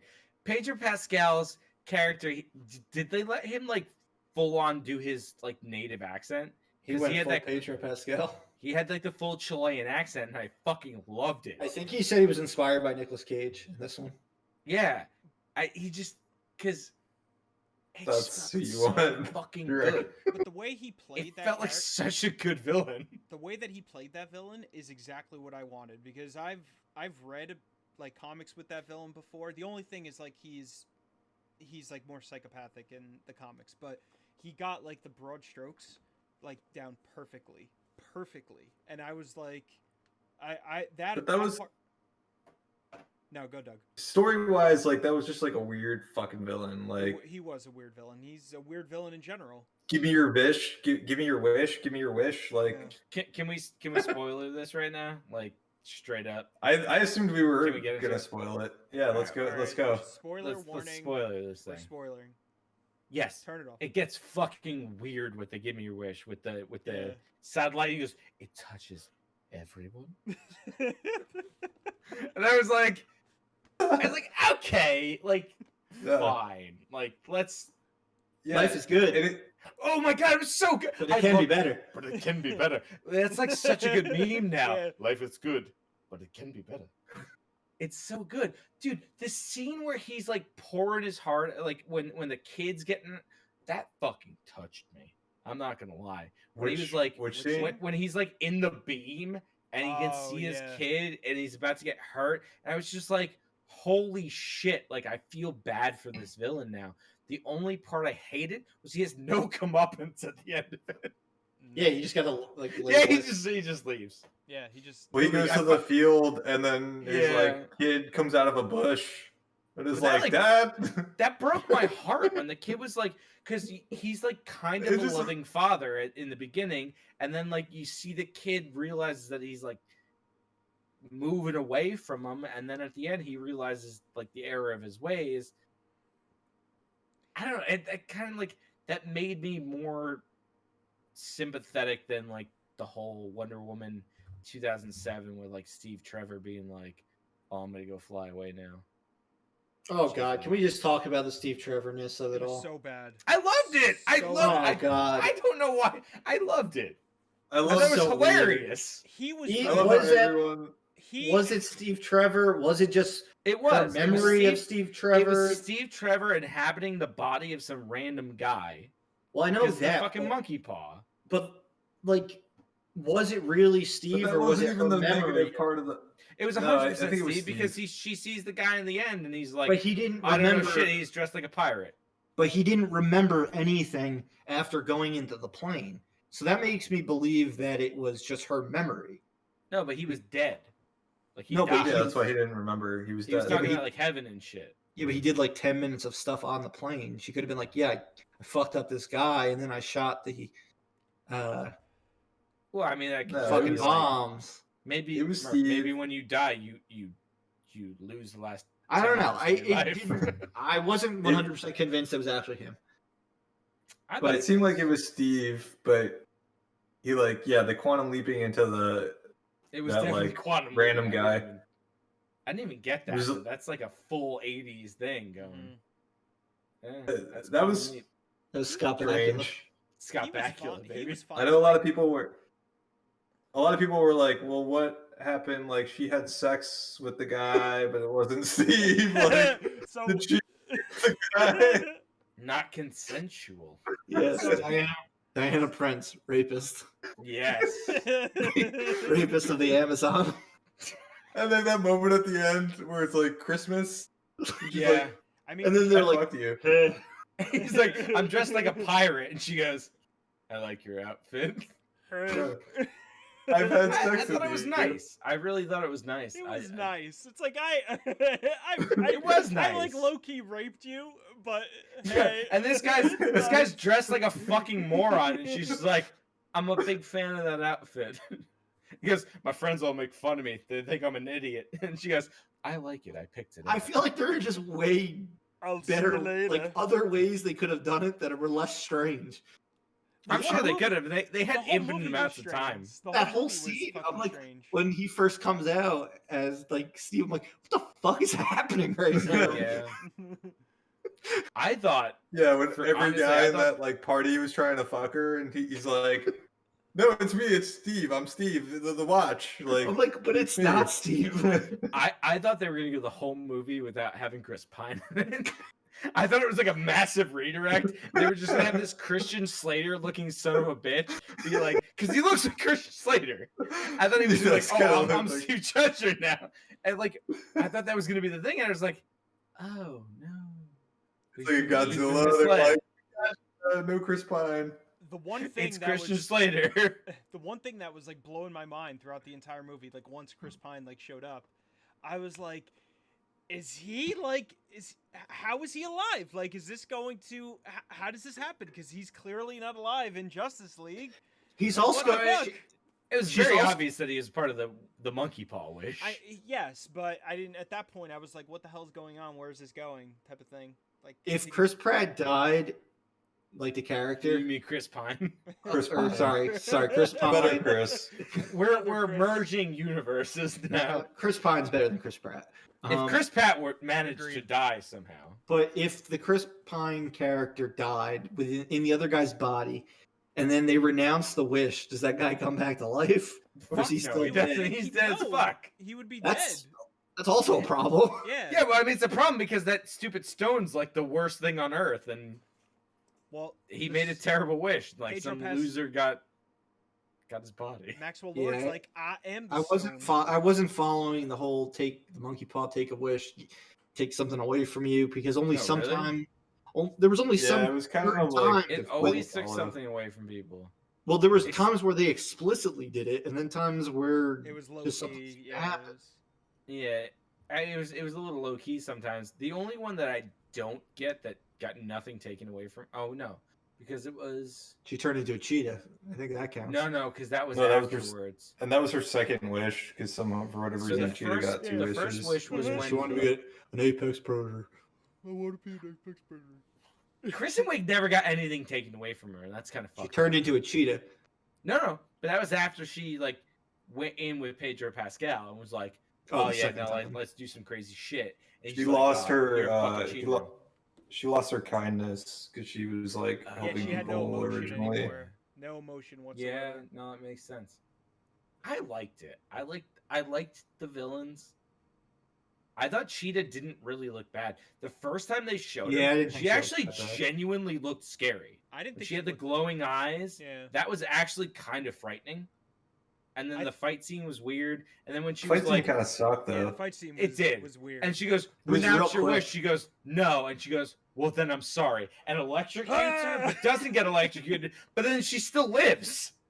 So why'd she apologize to? yeah, her? when that There's no happened, punishment for when that anything. happened, in the I movie. was No, like- there's no punishment in this movie. I was like, damn, Diana's fucking killing a bitch.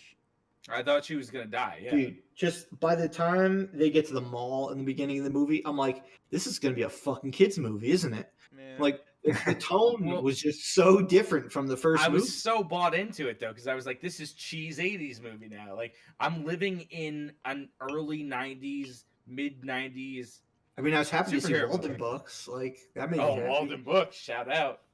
Oh, Like, That's I was- another thing. I mean, going back to like I the think there was a Walden Sam books Goody. and all that, like the poster, I felt like very deceived by because I thought this was going to be like a bright colored, like in your face '80s movie, and it was not. It was Like bright. It was pretty. I got bright. very it's pretty bright.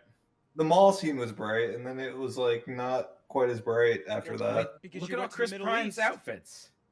Yeah, Chris Pine's And then- outfits were bright. because the second half of the movie took place in like Dubai or wherever the hell they were. Egypt, but yeah. Good guess. And then like we didn't get any real '80s music. I don't know. I just like I No. expected it to be more like super I want- '80s, and it just I thought it wasn't. did a way better job of the '80s than X-Men Apocalypse did. Oh, Well, for- I mean, Same I goes wanted for that the Blue '90s Monday and Dark remix. Phoenix. that movie's hot garbage. So Like where's I thought, that Blue Monday remix from the trailer? Fucking fire! I listened to that Yeah. I listened to that on the regular. Like I will play that song. It's better fucking than great. the Orgy remake. Yes, I 100% don't- better I than the don't, I Orgy don't remake. believe. I don't believe that's possible. That's number 2. I think this But- represented the '80s well as Captain Marvel did the '90s. Probably even better. I think it much better because I actually feel like this movie was based in the 80s. And 2 weeks ago, when I said Captain Marvel was based in modern times, you all had to. I didn't. Someone had to correct me. Corey did. Yeah, or 'cause no, I I didn't had- think. Oh, didn't I had think to it correct you was. that it wasn't. And Yeah, that it no, wasn't, We all 'cause I did thought- that. We I all thought had to Captain tell you Marvel- that. Yeah, Yeah. I don't see Captain Marvel as being a 90s movie. But that Like, I Blockbuster probably video. should. Doug Yeah, mentioned yeah. that. Oh, okay. She was in Blockbuster. Yeah, cool. And she had like a Nirvana T-shirt on. Exactly. Yeah. '90s. '90s. Yeah, cool. They- didn't There feel was like it those to me. '90s songs in there They too. dropped. They dropped some No Oh. Doubt music. Yeah, didn't feel like it to me. This felt like an 80s movie. Because everyone was dressed like morons. though. Yeah. I Yeah, don't I know. mean- The It was The very armor mediocre. felt very shoehorned. The whole like The armor was so Yeah. short. Well, where did she bring? She didn't go and pick up the armor. She just suddenly Well, had it on. Well, she won it. They alluded to the fact that she lost that like Wasn't it in her tournament when she apartment? was a kid, and she won it before she came back Yeah. to Yeah, which they Yeah, never. the thing. But wasn't it like at her apartment or someplace? It was chilling in her apartment because you went back and won the armor in that. But she like- didn't Yeah, go and somehow she stop at her gets it. apartment. She just ran. She just No, she ran did. to fucking save the day. No, she stopped at her apartment. They show it for a second. So It was we- it was, They- it was when she was falling through the sky the whole time. I mean, there was Uh, Game of Thrones level like fast traveling between like Yes. Egypt and like it was like, wait, they're in Egypt now? How is she in Egypt all of a sudden? Because she suddenly has like an F-16 that's invisible. The part where they were the Egypt part where they were in the cars and causing all chaos and stuff like That's that. cool as fuck. It reminded me of Raiders of the Lost Ark and made me just want to watch Raiders of the Lost Ark. And like that's literally what I was thinking while watching this. I'm like, oh man, Raiders of the Lost Ark is great. I can't wait for Indiana Jones 5. Oh, why? Are you Even though I excited know it's gonna about it? burn me. It's gonna be bad, dude. I should probably just watch Raiders of the Lost Ark You instead. should probably just watch Raiders of the Lost Ark. That was a cool scene. I thought that was neat. Yeah, no, that, it was good. played on the. She lassoed the bullet and shit or whatever. What did you guys think of the soundtrack? Soundtrack was good. It's I thought it was forgettable to me. Was Yeah, there I any don't like really remember it? was there any cues like throughout the movie that like you thought were better than any others? It doesn't come. No, you anywhere- obviously have Yeah, I do. something. Yeah, it doesn't come anywhere near like 2007 or 17 where it was like dun, dun, dun, dun, dun, dun, dun, like that fucking yeah, her- Wonder Woman. Yeah, song her theme is song wasn't so really good. in it. It, Like- they It was did in it a couple once, times. and it was like super like Real subtle. bass line. Well, the scene where she learns how to fly, they just took music from the movie Sunshine and threw it into it. Interesting. Wait, that I was like- Cillian Murphy movie. Yeah, I was like, I love wait, that movie. I'm like, I know this song. I'm like, these motherfuckers. They just took a movie, a fucking amazing piece of music from It's another like an movie. orchestral Yeah, soundtrack. and they- Yes. and it's a So- fucking Hans Zimmer did the score of this movie, and he just took a fucking piece of music from John Murphy from Sunshine and threw it into his movie. Is it a Warner Brothers? And it was by far the He's no, it's not, a phoning Warner, it it's in. not a Warner Brothers movie, What and it was the the fuck? best piece of music in the movie for probably the most important scene. Fucking Hans, dude. That's lazy shit. Yeah, that was is- Hans is phoning it in. Unless he works with fucking Chris Nolan, he's fucking phoning it in. Damn. Yeah. Yeah, Wow. no, the soundtrack was forgettable for sure. I Yeah, can't think of I anything. couldn't give two shits about the soundtrack of this movie, which is crazy because, like I said, that Blue Monday remix in the trailer was It was fucking good. outstanding, Yeah, and I thought that was it gonna be fire. that was that was like, you know, the standard for this entire movie. They didn't do it with the music for me. I didn't even I notice the didn't- music. I didn't find the ending to be like satisfying in any way with the No. whole Not at all. everyone just like renouncing their wish. Didn't I thought it was- really. Dude, no, not everyone in the world would renounce their wish. Let's not be fucking silly. I know, think not it's everyone in the world- I think it's because not everyone he in the world is renounced gonna, his like- wish, though. That they automatically had to I, renounce theirs. I think that was the case, but also then they don't show Cheetah, like Kristen Wiig Renounce hers. renouncing her. I But thought she's that was normal, cool. right? Or no? But I thought- he she's not. renounced. He renounced Wait. his wish that made her into a cheetah, but she. But she didn't probably still renounce- has her original wish. Yeah, right? that's what I'm thinking. So she's is still that, like very, very attractive, not nerdy Kristen Wiig. super like acrobatic and stuff. She'd like be that, fucking yeah. old ass Kristen Wiig by the time they do fucking Wonder Woman 3. Yeah. Yeah, If it's set in present day, like I would imagine it will be. I can't imagine they even I bring her back. Wonder Woman Yeah. 3 should be in 1994. That should when Why? it should be. Because it's a good year. It would be good times. Not the grunge year. It's a good 92. year. Please explain this in, When- in when- excruciating 94 was- detail. When is It the was a grunge great era? year. 92 to 94, right? Isn't that? Am I mistaken? You're not mistaken. That is the grunge So era. then, I mean, if they're sticking to this like fucking set piece year type of. Yeah, but they film- fucking skipped like 60 years the last time. They're only gonna skip 10 this time. Yeah, I guess so. What else? What else are they gonna Wonder do? Woman 2073. They could do the emo era They could do, I'm they out. could do an emo Wonder Woman. Sounds great. Is Patty? I thought I heard you say Patty's gonna write Wonder Yes, Woman 3. I don't think she heard should write and write. direct. I don't think she should write anything anymore. Or, Uh, I mean, I don't know. didn't Did feel she like the write? She didn't script was write the first one? really good. Now, she No. whoever write- wrote the first one needs to come back because Yeah, he the did a first great one- job. I'm gonna be real. The first one's like, after watching it and then watching the second one, the first one's just Wonder Woman running around screaming about Ares for like 45 minutes. It's kind of annoying. I'm gonna be real. It's kind of fucking annoying. The action scenes are outstanding. There's more of them. It's more of a dour tone. But Gal Gadot is fucking annoying in these two She movies. is. She can't carry a movie dramatically. She's I'm Hans. sorry. She's Hans' girlfriend. She's great in those. She's like action person. I like it. She's like Arnold Schwarzenegger. Yeah, she probably wasn't the best person cast, but they You did can't it. carry We a just have to drama live with it movie. at this point. Yeah, I mean, and just like her dialogue in '84 is just like So bad. it's like watch. It's so fucking It's so bad. Why did she say she didn't have any TVs, but then she had lots of TVs? So many TVs. Yeah. The most uh, TVs. I read something today that apparently Warner Brothers is talking to Liam Neeson to play Zeus in the third one. Wait, didn't he already play Zeus? Yeah, Clash of in, Titans. Yeah, Clash of the Titans. I Release read the that. Kraken. Yeah, I mean, we I don't don't know. need I mean, that. at this point, if they're gonna make a third one, which I think is unnecessary, like whatever, then fucking yeah, just fucking do it. I mean, Liam Neeson already said he wasn't going to be in any more action movies ever again, and then instantly made action movies. He's like, I'm never going to do a Taken type movie again. And the next movie that came out was like a Taken type movie. So he can do whatever he wants, I guess. Let's just bring Loki in. Let's merge. Bring It's Tom weird. Hiddleston in. That movie is very weird for me because I like right before it came out, I was kind of like anticipating it. Like I saw the reviews, the pre-reviews, and I was like, oh, maybe I'll really like this movie. And then my anticipation was pretty high, and I watched it, and I was like, wow, this movie was not good. What movie are we talking about right now? 1984. Okay. I thought we were talking about Liam Neeson's movies. I mean, Liam Neeson's No. movies are. I kind of felt the same way about 84. I probably had too high of expectations. Yeah.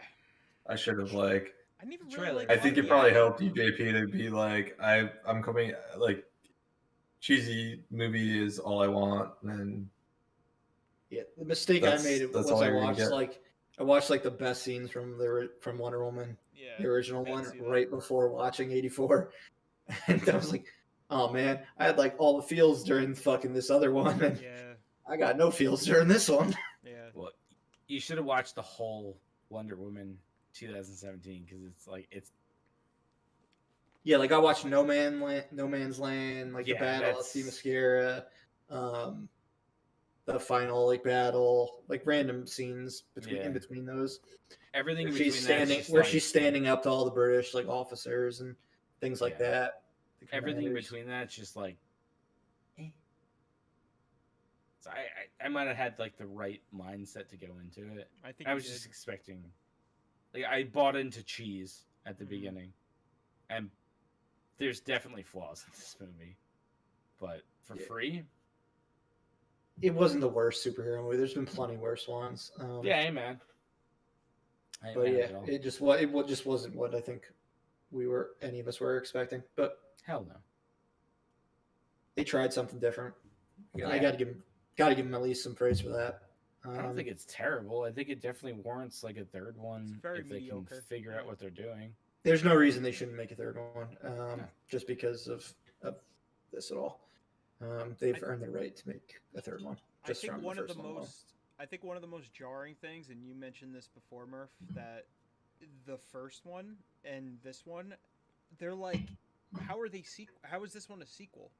Like they were completely different movies, completely different tone in every Other way. than Steve Trevor appearing, they are completely standalone movies. Takes Yeah, and I place think after that the was first one. just very jarring because I know I wasn't expecting that. I was expecting to have like some type If of you didn't, cohesiveness. like if you didn't see Steve Trevor, like if he wasn't a part of this movie, there'd be no reason you would have need to have seen the first movie. Yep. Because There was like one it scene even where starts she, off with an origin type story, like with her yeah. like Mhm. competing and everything and learning lessons. There's one scene where it shows some of her other companions, like the Native American guy. Yeah, it shows during, the World War lady in II. a photo. Yeah. Yeah. They're hanging out She's years like- later. Yeah, But she's he's yeah, like, old. you're right. and- It's aged like, her up. it starts exactly the same as the first one. Yeah. She's a kid. It almost looks like the exact same kid, Yeah, exactly. even though it's 3 years after. So But yeah. I don't. All right. Wonder Woman 1984. Meh. Not the best, but it could have been worse. Yeah. It could have been better. But that's that. Let's go into the our final segment for today, our feature presentation, which is our airing of grievances. Each of us are going to address another one of our co-hosts about a film of theirs that they very much like, and which that person very much does not like. So this will be the first one that we do. Each of us are doing it to one other person. Corey will be talking to Doug, Doug to JP, JP to myself, and myself to Corey. But yeah, either it's a movie that they really like, and we just don't get it, or it's one that we have forced one of the other guys to watch over the years, and they fucking really did not like that film. But we'll start JP, since you're a big Festivus guy. Anything you want to add before we get into it? Let the airing of grievances commence. Thank you, sir. All right, Corey. All right. I'm going after Doug. Doug. Throughout this first season of Live Breathe Film, we've heard so many times of how much you enjoy and love Avatar. Why? Right. I don't understand it. I don't understand why you like this movie as much as you do. I mean, I can understand why you like it a little bit, but if you would, but I don't understand why you like this world, this universe, as much as you do. Please explain. It's a giant leap forward in filmmaking. How so? How so? Because it's in 3D? Because the 3D was probably the best experience that we probably could have had. The use of 3D, although 3D wasn't a new format, the use of 3D was groundbreaking. Okay. The way that James Cameron utilized it to transport the audience to the world of Pandora and live among the Pandora inhabitants and the avatars that existed among them. And so, while it may not be a perfect movie story-wise, the reason why I think this movie is so special is because of that movie experience where you feel like you're in Pandora and the Pandora feels alive. And so I think that's what's special about Avatar. Did you see it in theaters? I did. Okay. Midnight. And so Midnight obviously you And did. I do agree with you that the experience was like no other. However, the story and the just overall universe that James Cameron was trying to build, it wasn't interesting. It was Pocahontas. Did you like Pocahontas? I hope so, because if you didn't, then it would really make no sense that you really like this movie. I do like the movie Pocahontas, so and I like Ferngully. Yeah, I like Ferngully. You ever see the Smurfs? You like Dances with Wolves? Dances with Wolves, those were all great movies. So James Cameron wanted to take inspiration from those movies. Oh, inspiration! I flat out ripped them off. To paint this beautiful world that is Pandora. I mean, granted, there's some cheese there with the unobtainium. It's like the resource that they need it's to an obtain. engineering term. What a great name. It's actually an engineering term. When you take engineering courses, unobtainium is something that doesn't exist and has all the properties that the teacher tells you it has. Oh, really? Yeah. Interesting. Yeah, it is. It's I didn't know that. It just seemed like a goofy name that James Cameron came up with. Yeah, it did. Visually, the movie is very strong. James Cameron is great at, directing and putting together a film that looks really nice. But I'll have to watch it again. But I just don't. For how much you love this movie, it seems I don't really, I don't see it. I don't see it, and that's one thing that I want to understand that more. I think for me, it's more the world he created. It's not necessarily the story of the movie that draws me to it. It's more the universe or the world of Pandora, the creatures he came up with that inhabit Pandora, the way that different things move. If you like go into a cave and you've got like the things that glow in the dark, and just like the uniqueness of it is super cool. And then just the visual experience of seeing in the movie theater, I think is what's so special about that movie, and why I'm really looking forward to seeing what he has to do for the sequels. I can't wait for COVID to end so I can throw you on that Pandora ride and you can start drinking the Avatar Kool-Aid. You've been talking it up for like a Murph. year. I tried to get Murph to drink it. He's not drinking it. But I've got some more Kool-Aid. So drink up, Corey. Now, I have one like more an Avatar thing. cult leader. Kool-Aid. One more thing to ask you. So, how many times have you watched it? Because obviously you saw it in theaters. I know I did. Murph did. I don't know if JP did. But I've never seen it. How many times have you watched it at home, not on a 3D TV with them glasses that people had, back in the like late 2000s, I guess? I've only seen it once at home. You've only seen it once. It's not the same. Yeah, it's not the same. It's like I watched, how many times do you see it in theaters? Twice. Both in 3D? All right, so you've seen it more times than I have.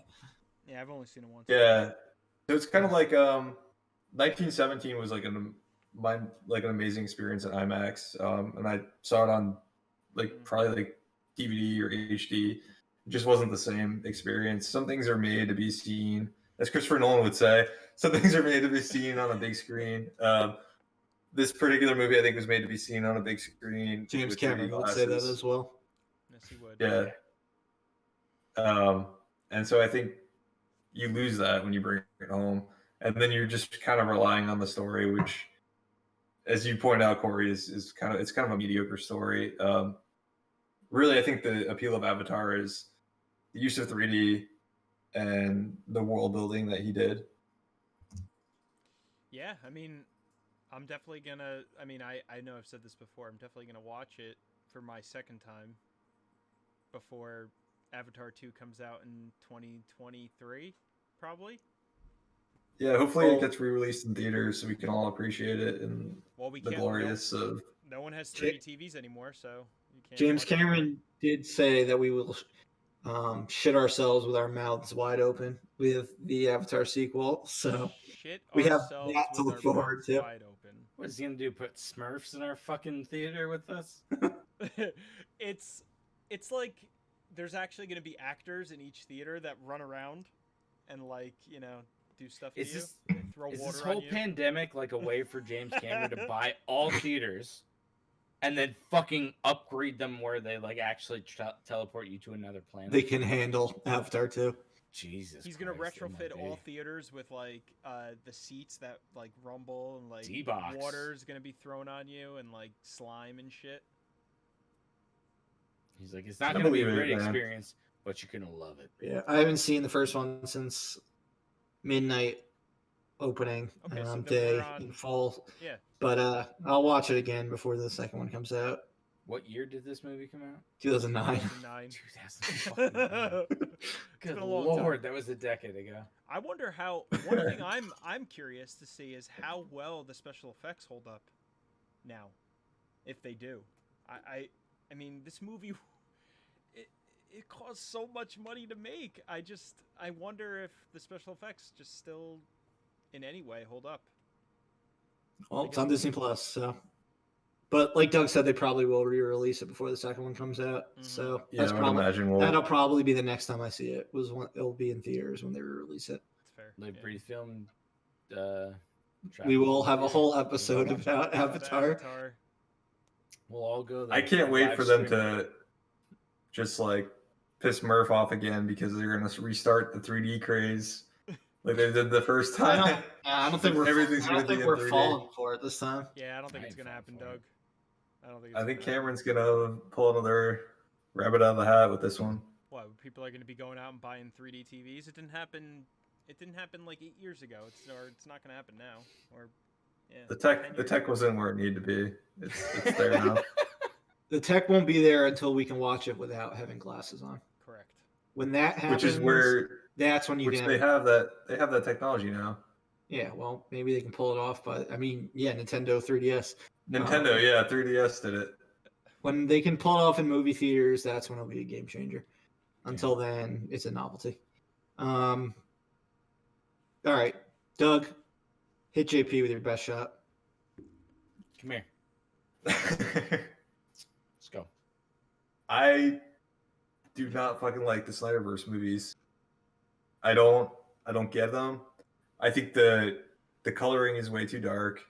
Batman vs Superman is the one that sticks out to me as just like the worst Snyder of the SnyderVerse Batman or SnyderVerse movies. It's just boring. It just sucks. Yeah. Lex Luthor was horribly cast. We got Jesse Eisenberg, who's just like not interesting. His lines, I don't know if he was trying to do like a Joker impression. I don't know what he was trying to do, but he just like wasn't intimidating to me at all as a villain.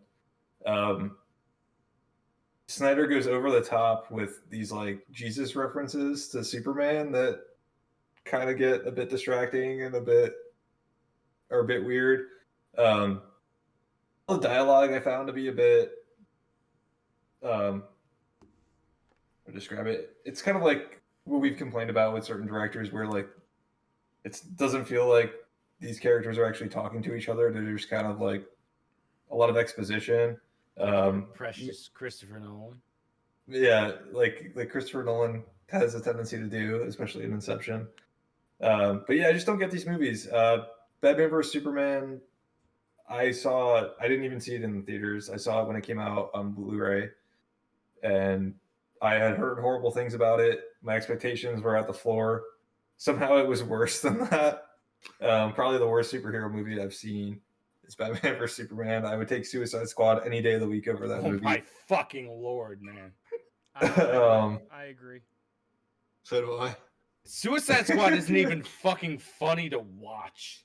It was kind of funny to watch when That Murph and I were movie watching sucks. It's entertaining. Let me tell you a little story, Doug. Let me tell you a little story about an alien that comes down from the skies and destroys an entire fucking city fighting some fucking Michael Shannon. Batman. He hates him. He fucking hates him.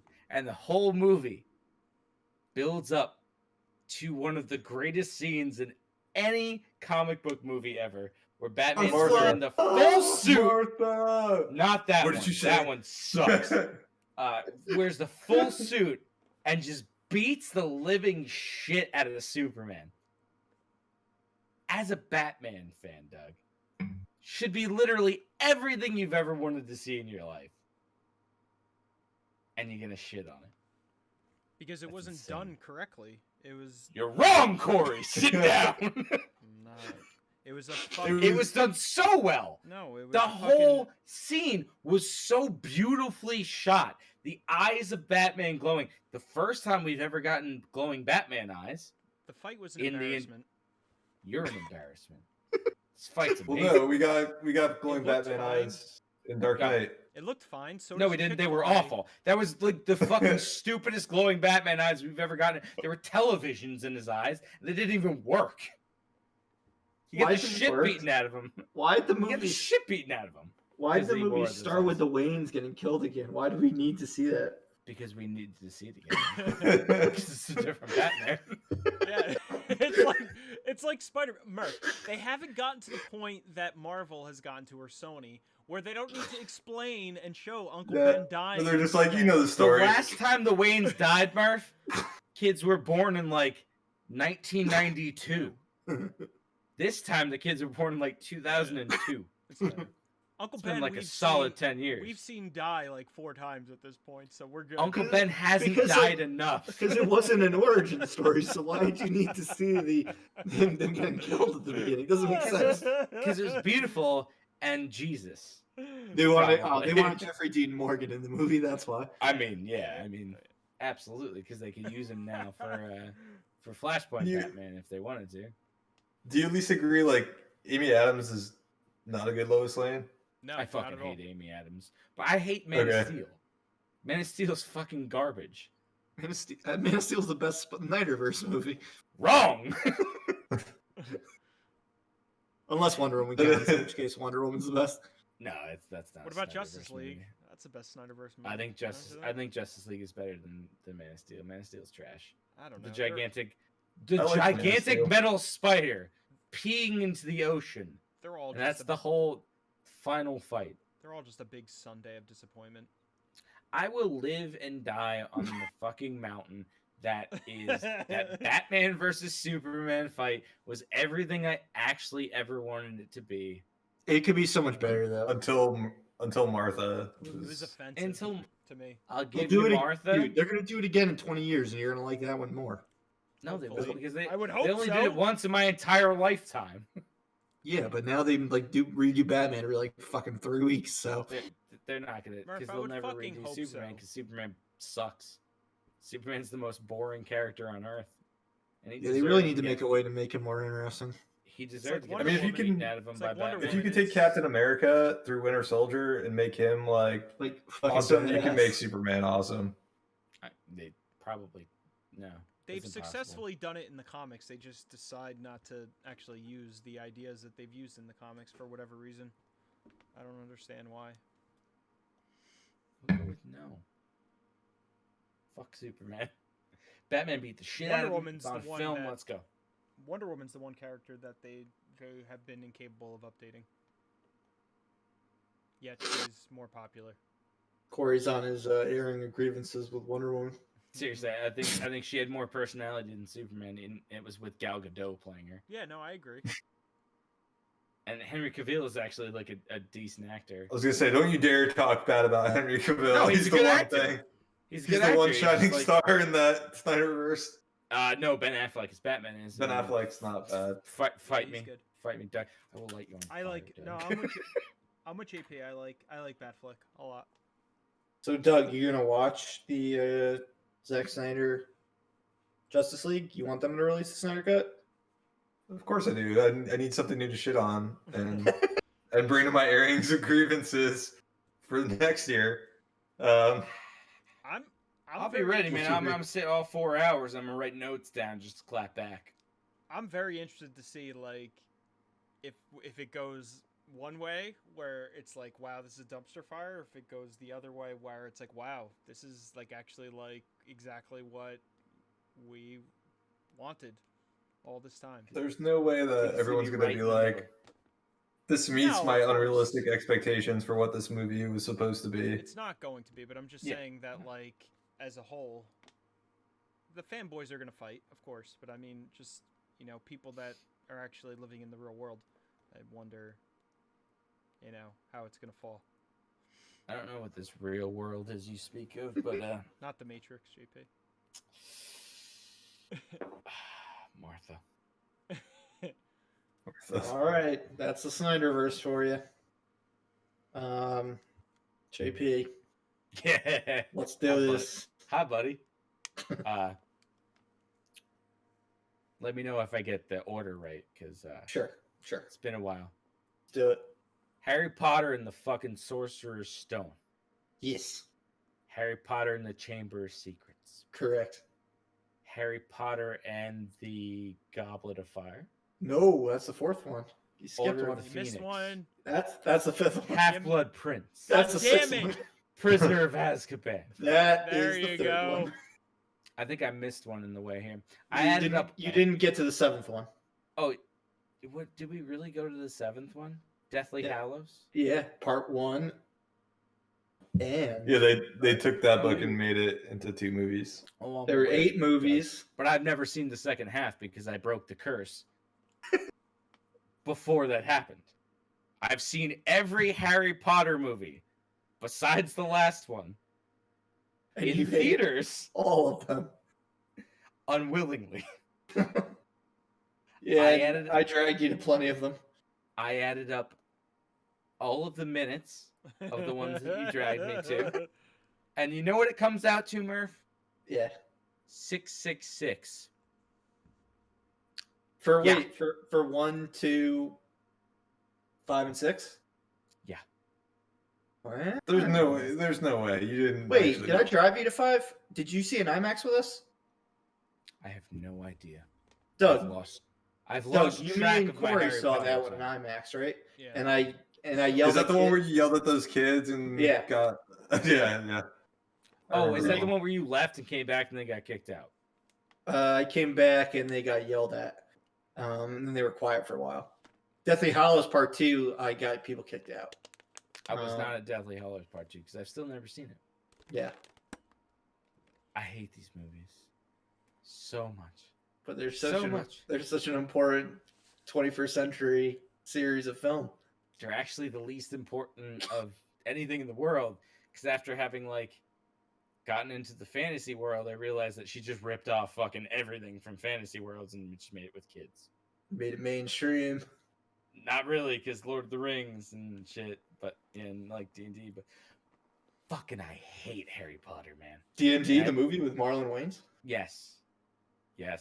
That was a Great- smash. And Jeremy Irons, the greatest Alfred ever. And that guy with the blue lipstick. We don't speak about him though. Dude, fucking Harry Potter movies. I can't escape them even now. You'll never be able to escape them. They're always playing in my house, and I know them. And when you go to Universal Studios, Yeah, and yeah, which great world building, but fuck, I hate the subject matter so much.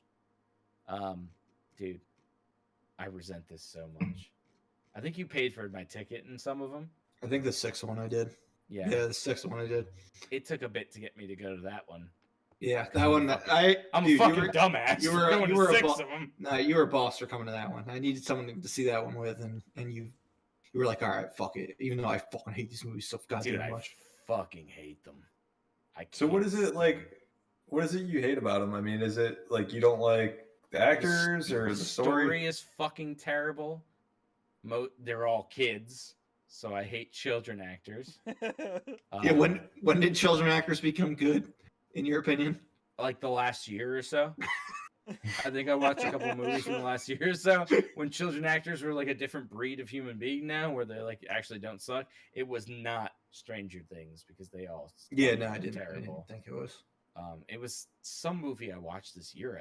I think I said it on this podcast. Yeah, right? you I did. kind of turned the corner on children actors, and they Yeah. were okay. Not back in the early 2000s. I still fucking hate these movies. I really do. My wife watches them all the time. Not a fan. What about the Pattinson movie? No, fuck Pattinson in that movie. Dude, I remember Goblet of Fire. Robert Pattinson, the Goblet of Jesus. Yeah, that was when he was full on petite. that one was funny because you didn't even see that one in theaters, but that for some reason we ended up watching it at your house Yeah, on I think fucking DVD from Blockbuster. Yeah, And that was weird. I you- can't escape these fucking movies. we were just like, JP loves to say he hates them, but he really likes them. That's why he's watching Goblet of Fire right now. And you couldn't have been more wrong. It's amazing because yeah, but it's really not though. Because it's just bad. it's heartbreaking when Pattinson doesn't survive. Is it really though? Doug's all in on Pattinson now that he's seen Tenet. When his dad, like, Harry Doug's Potter's movies got next week is like the Twilight Pattinson's series. body, and he, My boy, yeah, my boy. my boy. amounts of heartbreaking. emotion here, man. Nah, I can't. I Maybe cannot. you probably just need to read the books. Oh yeah, no, I was gifted the second book one Christmas in I think early 2003. Why did they skip the first one? It's my grandma. That's fair. She probably just thought I. It was a didn't nice, care for thoughtful them. gift, though. Probably not. They're No. popular, so there's thought behind it. I think I read 40 pages and I was like, this is fucking trash, and I threw it somewhere and never again. But now, like, I'll hang out around my house and, like, my wife listens to my audiobook, so I'll hear, like, and then Harry walked by and said, hello, Ron. And Ron said, I'm poor. And he would just, and then it goes away. And you just hear And I was JP like, stop! And then another one's like, and then Dumbledore said, Harry, you're a wizard. You're a, and then it goes away. That's my life now. Which I love my wife, fair enough. I've seen too many of these movies. Still never seen the end of it. I know that Dumbledore dies, and I know that Snape kills Dumbledore. That's Spoiler it. alert. I could not tell you a single thing about this movie series. I seriously can't. You gotta Other watch than the last Ron one. is poor, Hermione is smart, and These are true. Harry has a scar on his face. Also true. All true. And then maybe that what's his face is in the movie. Gary Oldman's in the movie. What about Malfoy? He's a dick. Also true. And like Dobby wants socks And he wants to for warn some you. some fucking reason. And you Dobby said has you- come to warn you, sir. And Leonard Maltin said that. I know that from Corey's bootleg ass DVD. Oh my god. Yep. Dobby has come to warn you, sir. Leonard Maltin. I wish I still had that bootleg version of that movie. That was the best. Yeah. I don't know why you Did your didn't keep dad that. get you that? Yeah, I think so, in the city. I don't know why you didn't keep that. That's one of the great things. It's probably somewhere in his basement. It's probably somewhere in his basement. Yeah, probably. Yeah. Murph, never again, man. It was a fucking series that It was a spanned parting of the generations. clouds that I've seen as many as I did. Yeah, fucking went through high school and college with that shit. Yeah, never again. Cheers, buddy. Of course.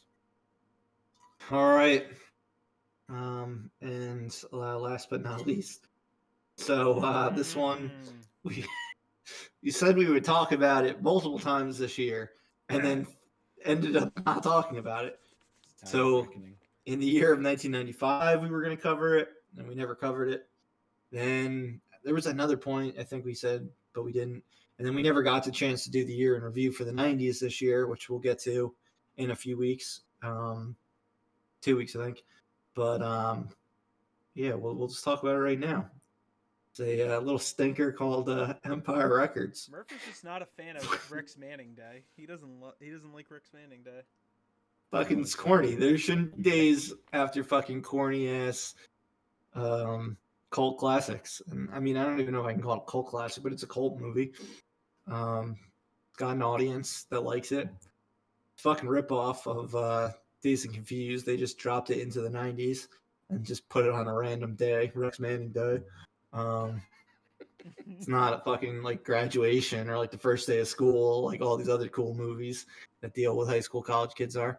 Or what are they? College kids? They just look like a bunch of fucking jerk offs in the 90s. Yeah, I mean they're They're a bunch of fucking jerk offs in the 90s. they're kids, young adults that work in a record store. They're not specifically in high school or in college. I'm currently looking at the poster and it's making me so mad. I don't understand why this movie makes you so mad. It has all the kinds of It's- music that you love. It is so clearly trying to capture a fucking audience that doesn't buy into marketing.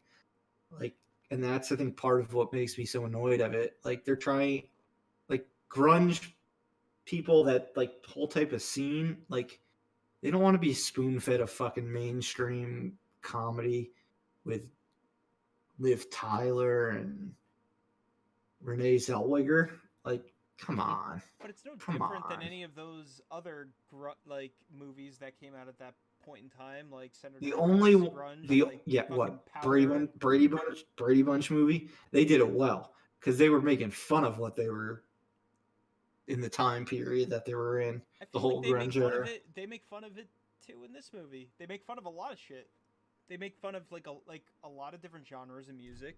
They make fun of fucking teenagers. They make fun of, you know, adults that are like in dead end jobs. They make fun of like so many different types of people. If you say so. And it's got a great what cast. is It's got a great cast. Shout out to Ethan Embry, the greatest Yeah. Rusty that's ever played Rusty in all of the National Lampoon's Vacation movies. it has multiple Dazed and Confused cast members. Anthony They're just LaPaglia little- is amazing. He's so good in this movie. He's just fucking angry and Oh yeah, he's the owner of the record yeah, shop. well, the manager, Joe. But yeah, it's got Rory Cochrane and Renee Zellweger. Both of them are Dazed and Confused alums. Liv Tyler. Yeah, Liv Tyler. Yeah, got Liv Tyler. But yeah, like you said, JP, it's got The greatest Rusty. Ethan Embry. Embry. Mm-hmm. Why is his name on Wikipedia Ethan Randall? I don't know. Maybe he changed his name. It says Ethan Phil Randall, known by his He probably name, changed Ethan his name Embry. yeah. But no other actors. Like, He's also in like Can't that. Hardly Wait. Yeah, no, Mhm. he's good in those movies. I feel like he plays the Um, same character in Can't Hardly Wait. Almost the He same plays the exact same character in every one of those movies. Yeah, I suppose. But yeah, no, this movie just I don't know, it just doesn't do anything for me. And the fact that it has like the following that it does just kind of pisses me off. I don't know why. I mean, I think I kind of explained why. I will. Um, I will petition this movie forever. it's I will like stand up to- against the people that it's portraying. I don't think it's yeah, particularly portraying grunge. It's portraying so many different genres of music. I mean, there's certain people that in the movie that are like grunge. It's But- 90s alt.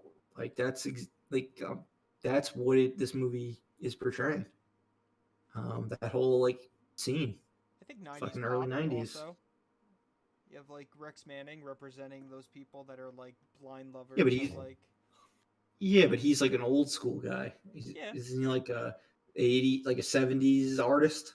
70s, yeah, but he's like he continues to come back and he's a fucking asshole, like, and he has this following, and people think that he's like this messiah,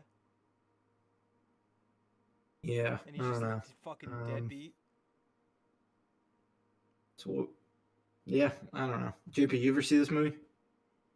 Yeah, I have. I'm not a fan of this movie. Figured you wouldn't be. Yeah. Doug, Does have you not seen this? grip me. Have you seen this film? I haven't, though. I feel like I need to, just so I know Yeah, which side I fall on. it's a great film. It's a great 90s film. It's a 90s film. But yeah, I would hope you would watch it, and then we can get your opinion on it as well. But yeah, I just want to shit on this movie. So I'm happy I got a chance to do it this year. The one movie that 2012. Murph it makes Murph angry for whatever reason. Yeah, I don't even have it as low as Batman or Superman on Letterboxd. Oh yeah, what is your rating on Letterboxd for Empire Records? Probably 2 stars. I'm surprised. I thought you'd give it 1. That's fucking based on- generous, actually. Yeah, based on how much you hate it. What's One your and a book half. rating? 1.5 for Empire Records. Is it Hook? going down as we talk about it? Yeah. Murph is on his phone right now. Yeah. Just like lowering. 0 stars. Hook, I gave 2 stars. Wow. Oh, Yeah, Empire Records I like way less.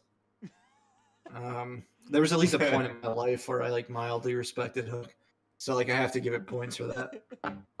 Murph never When you're, like, respected so, yeah. Empire Records. Pee in your own Yeah. pants. Hook was pretty Never. fun. But yeah, that's my movie. So yeah, this was our Airing of Grievances 2020 edition. We'll round the table next year and talk to a different person about a movie that they love and we hate. But Murph's got a lot of ammunition against all of us. Yeah, he does. He's Well, got we're like, the- a like- notebook full. I was able to Yeah. like pick movies for other people as well. Yeah, Yeah, that's kind of scary. Murph's Just- like, can we do this like every week? I had a hard time. I know what you guys like and don't like. But yeah, this was 2020, man. Our first year of doing this shit. So it's been fun. Exciting. We'll be coming up with some ways to change the format for 2021. Maybe not in the next week or two, but definitely at some point in January we'll be making some tweaks. I know that we're going to be putting our yearly film series on pause for the next couple of weeks. You're used to us doing that, but until we do the 90s, the decade in review, we're going to be holding that off. We will resume with the 2000s in January. But prior to that, I know we want to cover the best films of 2020, similar to how we did it in our last episode, where we went over television shows. This time we'll be going over films. So you'll get to hear our top 3 from each of us for 2020. Also coming up, we have our most anticipated films of 2021, which if we had done this show back in 2019 would probably be very similar to our most anticipated movies of 2020. It's pretty much like our summer movie preview. Yeah, exactly. We get to do our summer movie preview all over again. Now we know never to do that again, which is why we didn't do a fall movie preview or a winter movie preview. Yep. But yeah, thank you to everyone who has checked this out, whether they've listened to full episodes or listened to little snippets or whatever on YouTube. Definitely appreciated. It's been fun doing this. So we hope you're having some fun listening to it. But Happy New that's Year. all we got. Yeah. So thank you for listening. Please like, follow, subscribe. We definitely all hope you have a very happy new year. This should come out right before 2021 hits. So we hope 2021 is a fantastic year for you all. We hope you keep listening. But as always, this has been Corey, Doug, JP, and Murph at Live, Breathe, Film. We'll be back next week or next year, and we hope you are too. Hey. Happy New Year. Happy New Year.